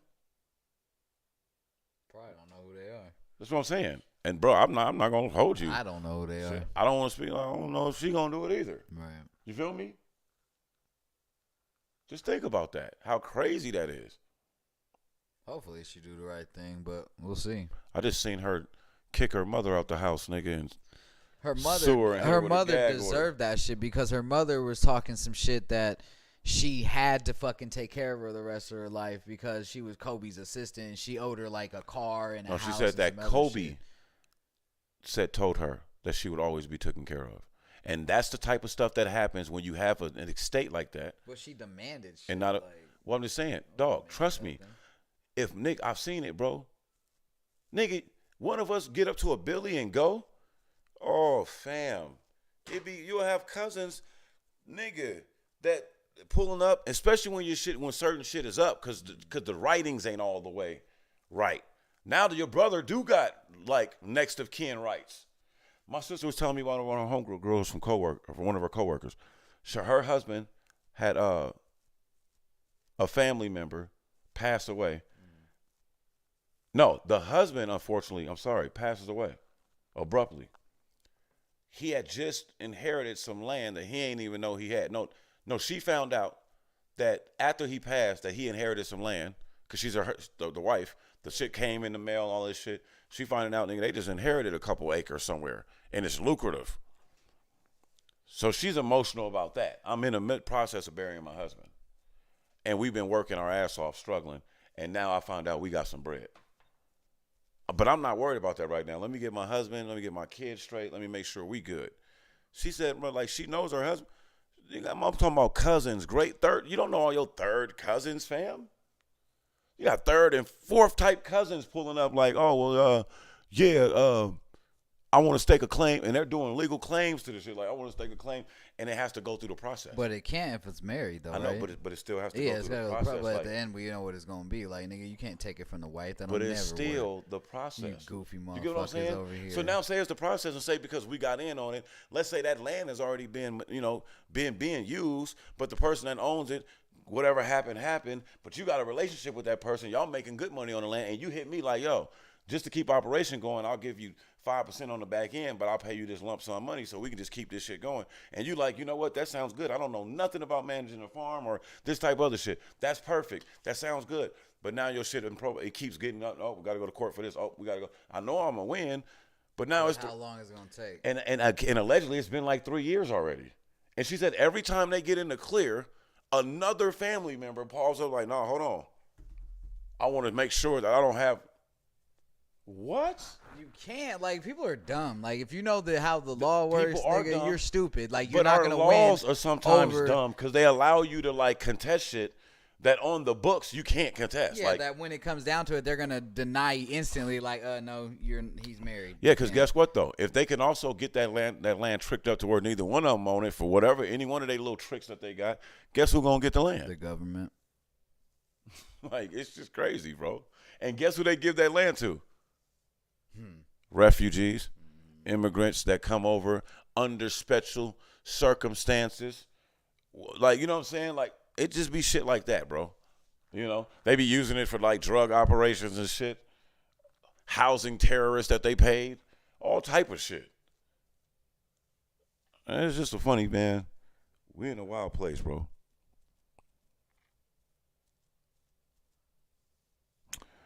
But I don't know. I don't know, man. We'll see what's going on. Shout out. I want to send a special shout out to the I don't remember exactly what kind of ranger he was, but the man is getting a haircut. Oh yeah. Getting a haircut, fam. Yeah. His wife is a school teacher. Their daughter goes to the school. They both work. Well, she works there, and she goes to school there. She hit her husband up when nigga, nobody can leave. See, that's another thing we gotta talk about. Oh, nobody can leave. Like, she texts her husband, like, there's an active shooter. They say the police are here. We don't think they're coming in. You know, this dude's basically going around killing people. Won't let us leave. I don't know where our daughter is. Bro, fam gets literally out the chair. Oh yeah, gets the gun from Hold the on, barber. fam. Yeah. Hey, let me borrow hold that. I'll Nigga, be I right gotta back. go. Whoop, whoop. Goes to the school. Gets his wife. Gets his child. Get them out to safety. While there's 20-some odd officers, nigga, like, Runs back in. goes back in and downs the motherfucking terrorist. Mm-hmm. What are we doing, fam? Black American men have been telling the world about American policing forever, bro. We've been telling y'all, like, hey, they But got them cops went and got they their got the kids wrong out. type of dudes being a cop. I guarantee you, every last one of those cops was just making sure their kids and loved they ones did. was out of the thing. Yeah, they did. That's the whole controversy right now. It's bad. Come on, bro. Oh yeah, Master P's daughter did pass away today. The one that played basketball? I don't know. The one that was on the show that had like drug problems. Oh, that was in the Yeah. streets and shit like that, going through that. Do they know what happened? Mm-mm. Hey, man, condolences to Master P's daughter, his family. That's a sad thing, man. You don't wish that on anybody. Condolences to his whole family, because, you know, they got siblings. You know, and that's hard to lose a sibling too. So, man, rest in peace. Thanks for that, Mom. I didn't know that. I didn't hear that. I did. I was gonna bring it up earlier, but we got talking about a whole bunch of Other shit. shit, yeah. Damn. That's unfortunate. Well, shit, I don't want to land on nothing like that. What else you got, man? What happened? Something happened. Nothing. We gonna have to end it on that. No. Kevin Durant is probably hoping like hell the Warriors don't win this chip, nigga. They're going to. But can you imagine being KD right now? You into? I'll leave the group because Dre been in the group longer and they know him as the star singer, as the head rapper. I don't like it, nigga. We put out 2 albums, 2 world tours, 2 Grammys, nigga. 2 diamond albums. 2 diamond albums, right? Nigga, they still be chanting Dre sometimes, so I don't like that shit. I'm gonna go start my own band. Nigga, one of your bandmates, nigga, get hurt, lose the vocal cords, can't sing no more. The other one catch a charge. The record label, nigga, get caught up in a RICO. Mm-hmm. That's KD right now. And you over there on another motherfucker got to just release another platinum single. On like, my way to go on your way diamond. going to diamond, nigga. Like, I'm just saying, bro. First day platinum. I'm just saying, I've been telling niggas for a while, nigga, Steph Curry better than KD. And they laughed at me. I'm just saying. I'd rather play with Steph Curry. I'd rather be on Steph's team. I think we're going to go further and have a better – everybody going to do better. We're going to be better. I think Boston got a hell of a chance. I think this is going to be a very good series. I personally think this is going 6-7 games. Jason Tatum is the truth. I do not want to hear about Jokic. I don't want to hear about Luka right now. Durant. I already said Durant. I don't want to hear nothing about motherfucking Greek Freak. Giannis. You put some respect. Joel. Joel Embiid. You put some respect on that FBA boy's name. You know what's crazy? I think his mom is native too. Who? Tatum. I think he like full like. I ain't gonna lie. He got a feather on his shit and everything. I'm gonna do a little research on that. But yeah, man, put some respect on these FBA boys' names, because if you look at the 3 teams remaining, I rest my case. Oh, I ran by FBA. I rest my case, bro. All I'm saying. I rest my case. All that hypery, all that shit talking, all that, oh man, they've took over the league. It's the European invasion. Jokic get MVP for the second and got his time, ass sent fam. home early. For the second time. First round, bro. right? Didn't even make it out the first round. Yeah, I want to hear that shit. Come on, bro. Like, niggas make it to what, they made it to a championship? hey, they said 2 weeks ago that Luka Doncic was the best player remaining in the playoffs. Got his ass lullabied to sleep. They said he was the best player in the Warriors series. You talking about the one that they attacking on offense every play? You talking the one where Jordan Poole's doing better some games than fucking Luka is on defense and offense? But you talking about like the one that literally cost them the game? Yeah. Like Luka's might be the guy that got y'all there, because y'all hitched y'all wagon to him and let him do his thing. I like Luka. I'm a fan. Luka's good. But we keep it even over here. We keep the same scrutiny. Ain't no moving the goalposts because of where someone's from or what they look like. No, because if anything, the game is not efficient, and you can't guard you can't guard a chair. Fuck that, because if anything, he should have more experience because of how he got to play. Nigga been playing pro since he was 14. Nigga, like, no, I miss that's me what with I'm saying. that shit. You don't get the same rookie mistake shit. Nah, nigga, you ain't been a rookie since fucking middle school, nigga. And nigga, he's been in the NBA 4 years. Right, like, damn near, it's like his 50 years. Or yeah, so even all I'm saying is you've Jason already Tatum been here long enough to be a vet, and you were already a vet before you got here, nigga. Jason Tatum has been in the league through the American system. He's 23 years old? He just turned 24. Yeah, Luka's nigga. 23. They act like Jason Tatum, some wily old 28-year-old veteran or 30-year-old veteran. And the difference is Luka and Tatum are the same age, but Luka has 7 more years in playing professional basketball. Not just playing basketball, because they both been playing basketball their whole life, but playing for a check. It's a difference. Yeah, so I don't want to hear that shit. Not to mention, this is JT's 5th or 4th fucking conference final. So basically, since he's been in the league, all he's been doing is nigga going to the playoffs, advancing in the playoffs. Look at this run, dog, he's on. KD, sweep. Kyrie, sweep. Get Giannis and them the fuck up out of here, right? Got the Heat up out Defending of here in champs. 7. Got the Heat. And Jimmy Butler and Kyle Lowry and them out of here, right, in 7. And now, bro, I'm like, dog, I'm a Warriors fan. But if he fuck around, he could win. He's got a chance to win a dog, championship. they have a chance to beat the Warriors. They're good. They're just as good, like not just as good in experience, but they match up really well against the Warriors. Is all I'm gonna say. Draymond's going to have to play some hellified defense. And he's going to have to score more. He's going to have to score. Yep. So if he fuck around and come out the champion, bro, I don't want to hear shit about Luka. I don't want to hear shit about Joel Embiid. I don't want to hear shit about Jokic. I don't want to hear shit about none of these motherfuckers. Bro, respectfully, I don't want to hear shit about Trae Young. I don't want to hear shit about Ja Morant right now. I don't want to hear shit about nobody. You get his boy his props. Nah, he's definitely the most underrated player in the He was league. guarding Giannis at times. He guarded KD. I seen him guarding Jimmy Butler. Giannis never guarded him. To keep it real, Tatum is the most underrated player in the league right that's now, all I'm saying. Period. Especially if he wins this, I'm like, bro, that nigga's the best player. Even if he don't win this, he's still the most underrated best player at his position. But I'm like, bro, like, how do we act like this cat ain't that dude? You talking about a nigga who's dunked on LeBron, who's dunked on Giannis, who's dunked on KD. Dog, I'm guard, but not just dunking on you niggas. I'm guarding you. Because Luka got highlights on those same players, but I'm guarding you niggas. He guarded KD. He made LeBron turn the switch on, nigga. In that exactly, series, because LeBron was like, "Oh, this my young boy, and this nigga is ready." His rookie season, and he knew LeBron knew who Jason Tatum was. Like, nigga, this is my young Made boy. him turn You on seen the that picture of that switch. nigga training him when Jason Tatum was in high school? LeBron, he already knew, like, oh, nigga, this little nigga, like, this switch you not on. about to do me like that, Right, youngster. nigga, this championship year. Look at the niggas that he got through. LeBron was the only one that he really couldn't get through. But I'm like, nigga, you can't even knock that. That's LeBron. Ain't nothing wrong with losing to Here's LeBron. what I'm saying.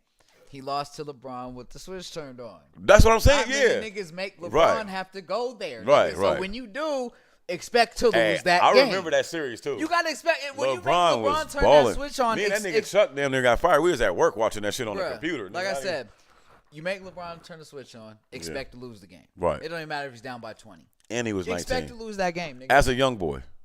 Like, nigga. That's all I'm saying. I'm like, bro, he's 24, and he might not have won a champion. This might be his That's first like Kobe finals. and Jordan doing it, too, Dog, nigga. he got How some. many Yeah. conversations did nigga Garnett tells the story all the time? Nigga busting his ass. That nigga said, "We had a good game." Right. Came and throw the nigga bust their ass. Jumper said nigga did the same thing to him. He had a good game. Bro. Right. Threw the ball off the backboard to himself. Game wasn't he? Like, That nigga Shump was like, what is he on? Yeah. He's like, bro, first off, the nigga said that to me at the end of the third. Like, we're winning. I'm Like, busting look, your ass right You had now. a good game. No, you did good today. That nigga.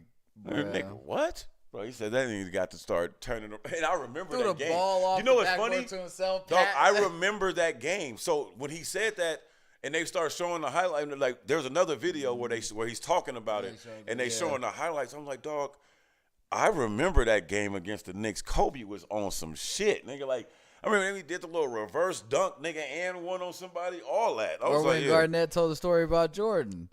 When Isaiah Ryder was busting his ass that game, and that nigga was like, "Nigga, keep busting that nigga ass." And Jordan looked at him like, "Okay, young fella." Nigga okay. Scored like, I think it was in the second half, scored something like 37 points or something. Like now I can't let y'all win this. You know what I'm saying? That coach looked at me, or Isaiah Ryder said, looked at Garnett, or told Jordan like, "Hey, he young, bro. He just don't know no better." Right. I bet. Like, hey, bro, don't even trip. You don't gotta do all that. You don't gotta learn them, Mike. Don't learn him. And that's when Isaiah Ryder, you look at the young nigga like, watch what you just started. What did Draymond say? What did Draymond say about all them? All of them. He's like, oh yeah, man, they get cute, nigga. You don't think Steph sees when you do the shimmy? Mm-hmm. Mockingly? Mm-hmm. Yeah, that's why he went for damn near 40, nigga, on 50% shooting, nigga, didn't miss a free throw. Yeah, he can turn that switch on. Oh, Luka, you won one game and you're shimmying, huh? Mm-hmm. You know what? We was gonna let y'all get. All right, man. We sending you home. Now we gonna separate. Yeah. Okay, you go shimmy your ass over there, nigga, in Serbia somewhere. Where you from? Because we ain't. All right. You can't be a dog in America. You can't be an alpha guy in America in sports if you're not a dog. Mm-hmm. Nigga, you can't just yell at your teammates because you know the coaching staff and everybody else got your back. You got to be willing to punch somebody in the fucking face. Mm-hmm. The media can drown you here if you don't know no better. I like Luka, but it seemed like late in the season he started believing the media. Like, oh, I'm the new LeBron. Or I could just like I would see this nigga take bad shots, nigga, not even get back on defense. His man score, and then that nigga come down, make a pass, somebody missed a shot, and he look at him funny. And I'm like, bro, I know that what them locker rooms is like, bro. I know Dinwiddie don't like playing with you. Jalen Brunson don't like playing with you, nigga. The team was low key better without you, and that's crazy because you're too good to say that about. But you play, and you know they featured him in Europe, so like they feature him here. Dog, why do you think old boy was like, hey man, get me up out of here? I thought we was gonna be like a European connection, come out here, nigga, and do our thing. I don't want to play with this nigga. Porzingis was like, bro, I don't want to play with him. Hall of Fame championship winning coach is like, you know what? Y'all can have it. Too much, because he's LeBron overseas. He's a big star. He comes with a lot of backing and power. And it's just like, but you don't know how to play and win in this league. Right. In this league, our best player got to play defense. Steph Curry plays defense. He's just not a defensive stopper. Mm-hmm. But he's never not played defense. You can't find one highlight of Steph Curry not trying to play defense in his whole career. Yes, you can. Which one? All-Star game when he laid down when Giannis was on. It's an all-star game. Right, I give you that. You're right. You're right. That I'll nigga give laid you that. down like I'm not getting dunked on. Yeah, no, right. I give you that. I'm not nobody's poster, nigga. Hey, and that was just showcasing nigga his exemplary knowledge of the game. I'm not about to be a nigga. poster. I'm I'm showing you my playing. knowledge, my IQ of the game. Like I'm gonna watch this shit. Like, you know what I'm saying? Nobody's But yeah, but if I got to get cooked, what do they always Kyrie hit that shot in his face for game? Because he was playing defense, nigga. Like, he's supposed to give him a wide open shot. That's what I'm just saying. That's just how it goes. Move the goalpost. Bro, I know what it's like to be on a team and another guy is getting all the credit for everything, and you watch him, nigga, not even try to guard his man. A nigga that averages 11 is going for 20 on a regular against him. And nobody's speaking about that. But then they start saying that you're the reason why he didn't win. You Jalen Brunson and Dinwiddie and all those people, and Powell, Finney Smith, you guys are holding Luka back. And it's just like, well, nigga, if you look at my career, I've been putting the ball on the floor, getting about 20 a game my whole career, creating for others. Now you bring this guy that's the chosen one in, and you want me to be motherfucking Steve Kerr in his prime and just stand in the corner, and when he feels like passing it to me, shoot a high percentage from standing still jump shot. I wasn't good at that in high school or college, and you didn't draft me to the NBA to play that way. See, LeBron, you can beat the system because, nigga, you play both sides of the court. And when somebody's killing me, my big dog LeBron gonna be like, hey, watch out. I got him. I got him. Switch up real quick. Let me lock Derrick Rose up real quick so we can get past him. Right. Let me get Jamal Murray. Let me get him up. He killing us. Shit. Hold on, nigga. Don't trip. Rondo, you can't guard him. Hold on. I got this. THT, don't trip. I got him. Nigga, that's all I'm saying. And if you Luka and you can't do that, you one dimensional. You can't go out there and be a bigger liability on the court than Steph Curry. Steph Curry's only 6'3". He's a normal sized human. Everybody else got nigga giantism out there. Everybody else 6'5" and up, nigga. Right. Luka, you damn near 6'10", nigga. You can't be the defensive liability at 6'10". Getting cooked by a nigga 6'3". But that's where the exposure comes, because it's like, stop trying to make him out to be a KD or LeBron. He don't got that kind of foot. Nope. He can't move like that on both sides. Yeah, he can score, and you can give him the ball and let him do his thing, but don't put him in that billing, nigga, because he's not taking nobody out on the other end. And he's actually, the team gets better when he sits on the bench defensively. That ain't good. That ain't good. I had to get that off, though, because it's been a minute. We ain't talk about it. Shout out to the Dubs. Klay Thompson, man, we didn't know if you ever make it back again, bro. Welcome back to the promised land. That's respect. Draymond Green, big respect. Might be ring number 4 for him, huh? Might be ring number 4, and then we're going to have a real conversation because, in my opinion, that says a lot about the competition LeBron has faced in his career versus Mike. Nigga, your adversary has 4 rings, and you got 4 rings. Your adversary's only been to 6 finals. You've been to 10, 11 of them. Mm-hmm. That say something. Y'all some winners. Y'all be winning. That's what y'all do. This is about to be like one of the only finals in a while that LeBron and Curry isn't in it. Mm-hmm. That's crazy. I think the Dubs got in 7. We'll see. I think it's going to be a hell of a series, too. I want the Warriors to win because I am a Warriors fan. I love the Dubs since before they won a chip, especially this core group. However, never liked the Celtics. However, bro, like I'm a native of New York City. Yeah, my mom looked at me crazy as hell the last couple of weeks. Like, you cheering for the Celtics? Man, fuck, that's Boston. Boy, what you doing? Like, dead ass. I had to explain to her, like, nah, mom, see, because I'm watching Tatum. No, hold on. My mom walked in there seeing me cheering for Boston over Brooklyn. Ooh. Mom ain't even want to talk to me, nigga. Like, fuck is wrong with you? I had to go in there and explain to my mother, like, hey, no, like the coach for Boston is this black coach that's a real one, deserved the coaching gig, was over there in Brooklyn. We don't want you. We got rid of the other coach we had and bring in the motherfucking Steve Nash that ain't never coached shit. KD, bitch body. Kyrie Irving, nice as he is, bitch body. Like, I don't really like James Harden is a flake. I told my mom, these niggas don't deserve to wear Brooklyn on their chest. And I am offended. I know a lot of people, Brooklyn Nets, they big 3. I on that because I've been following these careers since the inception, and I said neither one of these 3 men have the heart. Kyrie got heart, but he got issues, nigga. Like, his issues ain't lack of heart. It's lack of interest and consistency and trustworthiness. Like, you don't know what you're getting with Kyrie. But James Harden, I don't like his heart. Never liked Kevin Durant's heart. They're both front runners to me. And they can't play ugly basketball. And to play in New York, nigga, to get the crowd in New York, you're going to have to be willing to do that. I knew it wasn't gonna work. I'm documented as saying that. My mom ain't know all that. She looking at me with the side eye, bro. She ain't even want to talk to me. Like, what the fuck? I didn't raise this, nigga. What is wrong with you? Cheering for Brooklyn. She said, you in there? No, you in there chilling for. Boston, I mean. So you in there chilling from the South? Boston? What are you talking about? So then when I told her, and I was like, yeah, and now, nigga, look at Boston squad. And then look at who the coach is. You know, now he's sticking it to him. So that's when she kind of was like, oh, okay, yeah, I respect that. Yeah, I respect that. Like, they should have gave him a look. But, yeah, I don't know. It is what it is, man. FBA versus everybody. I stand by it. That's all I got.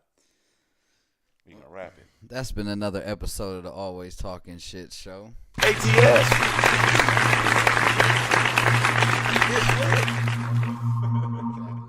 Travis Scott. I'm your boy Talkin. It's your boy Akeem Magic. We out of here. Peace. You always talking shit show. That's just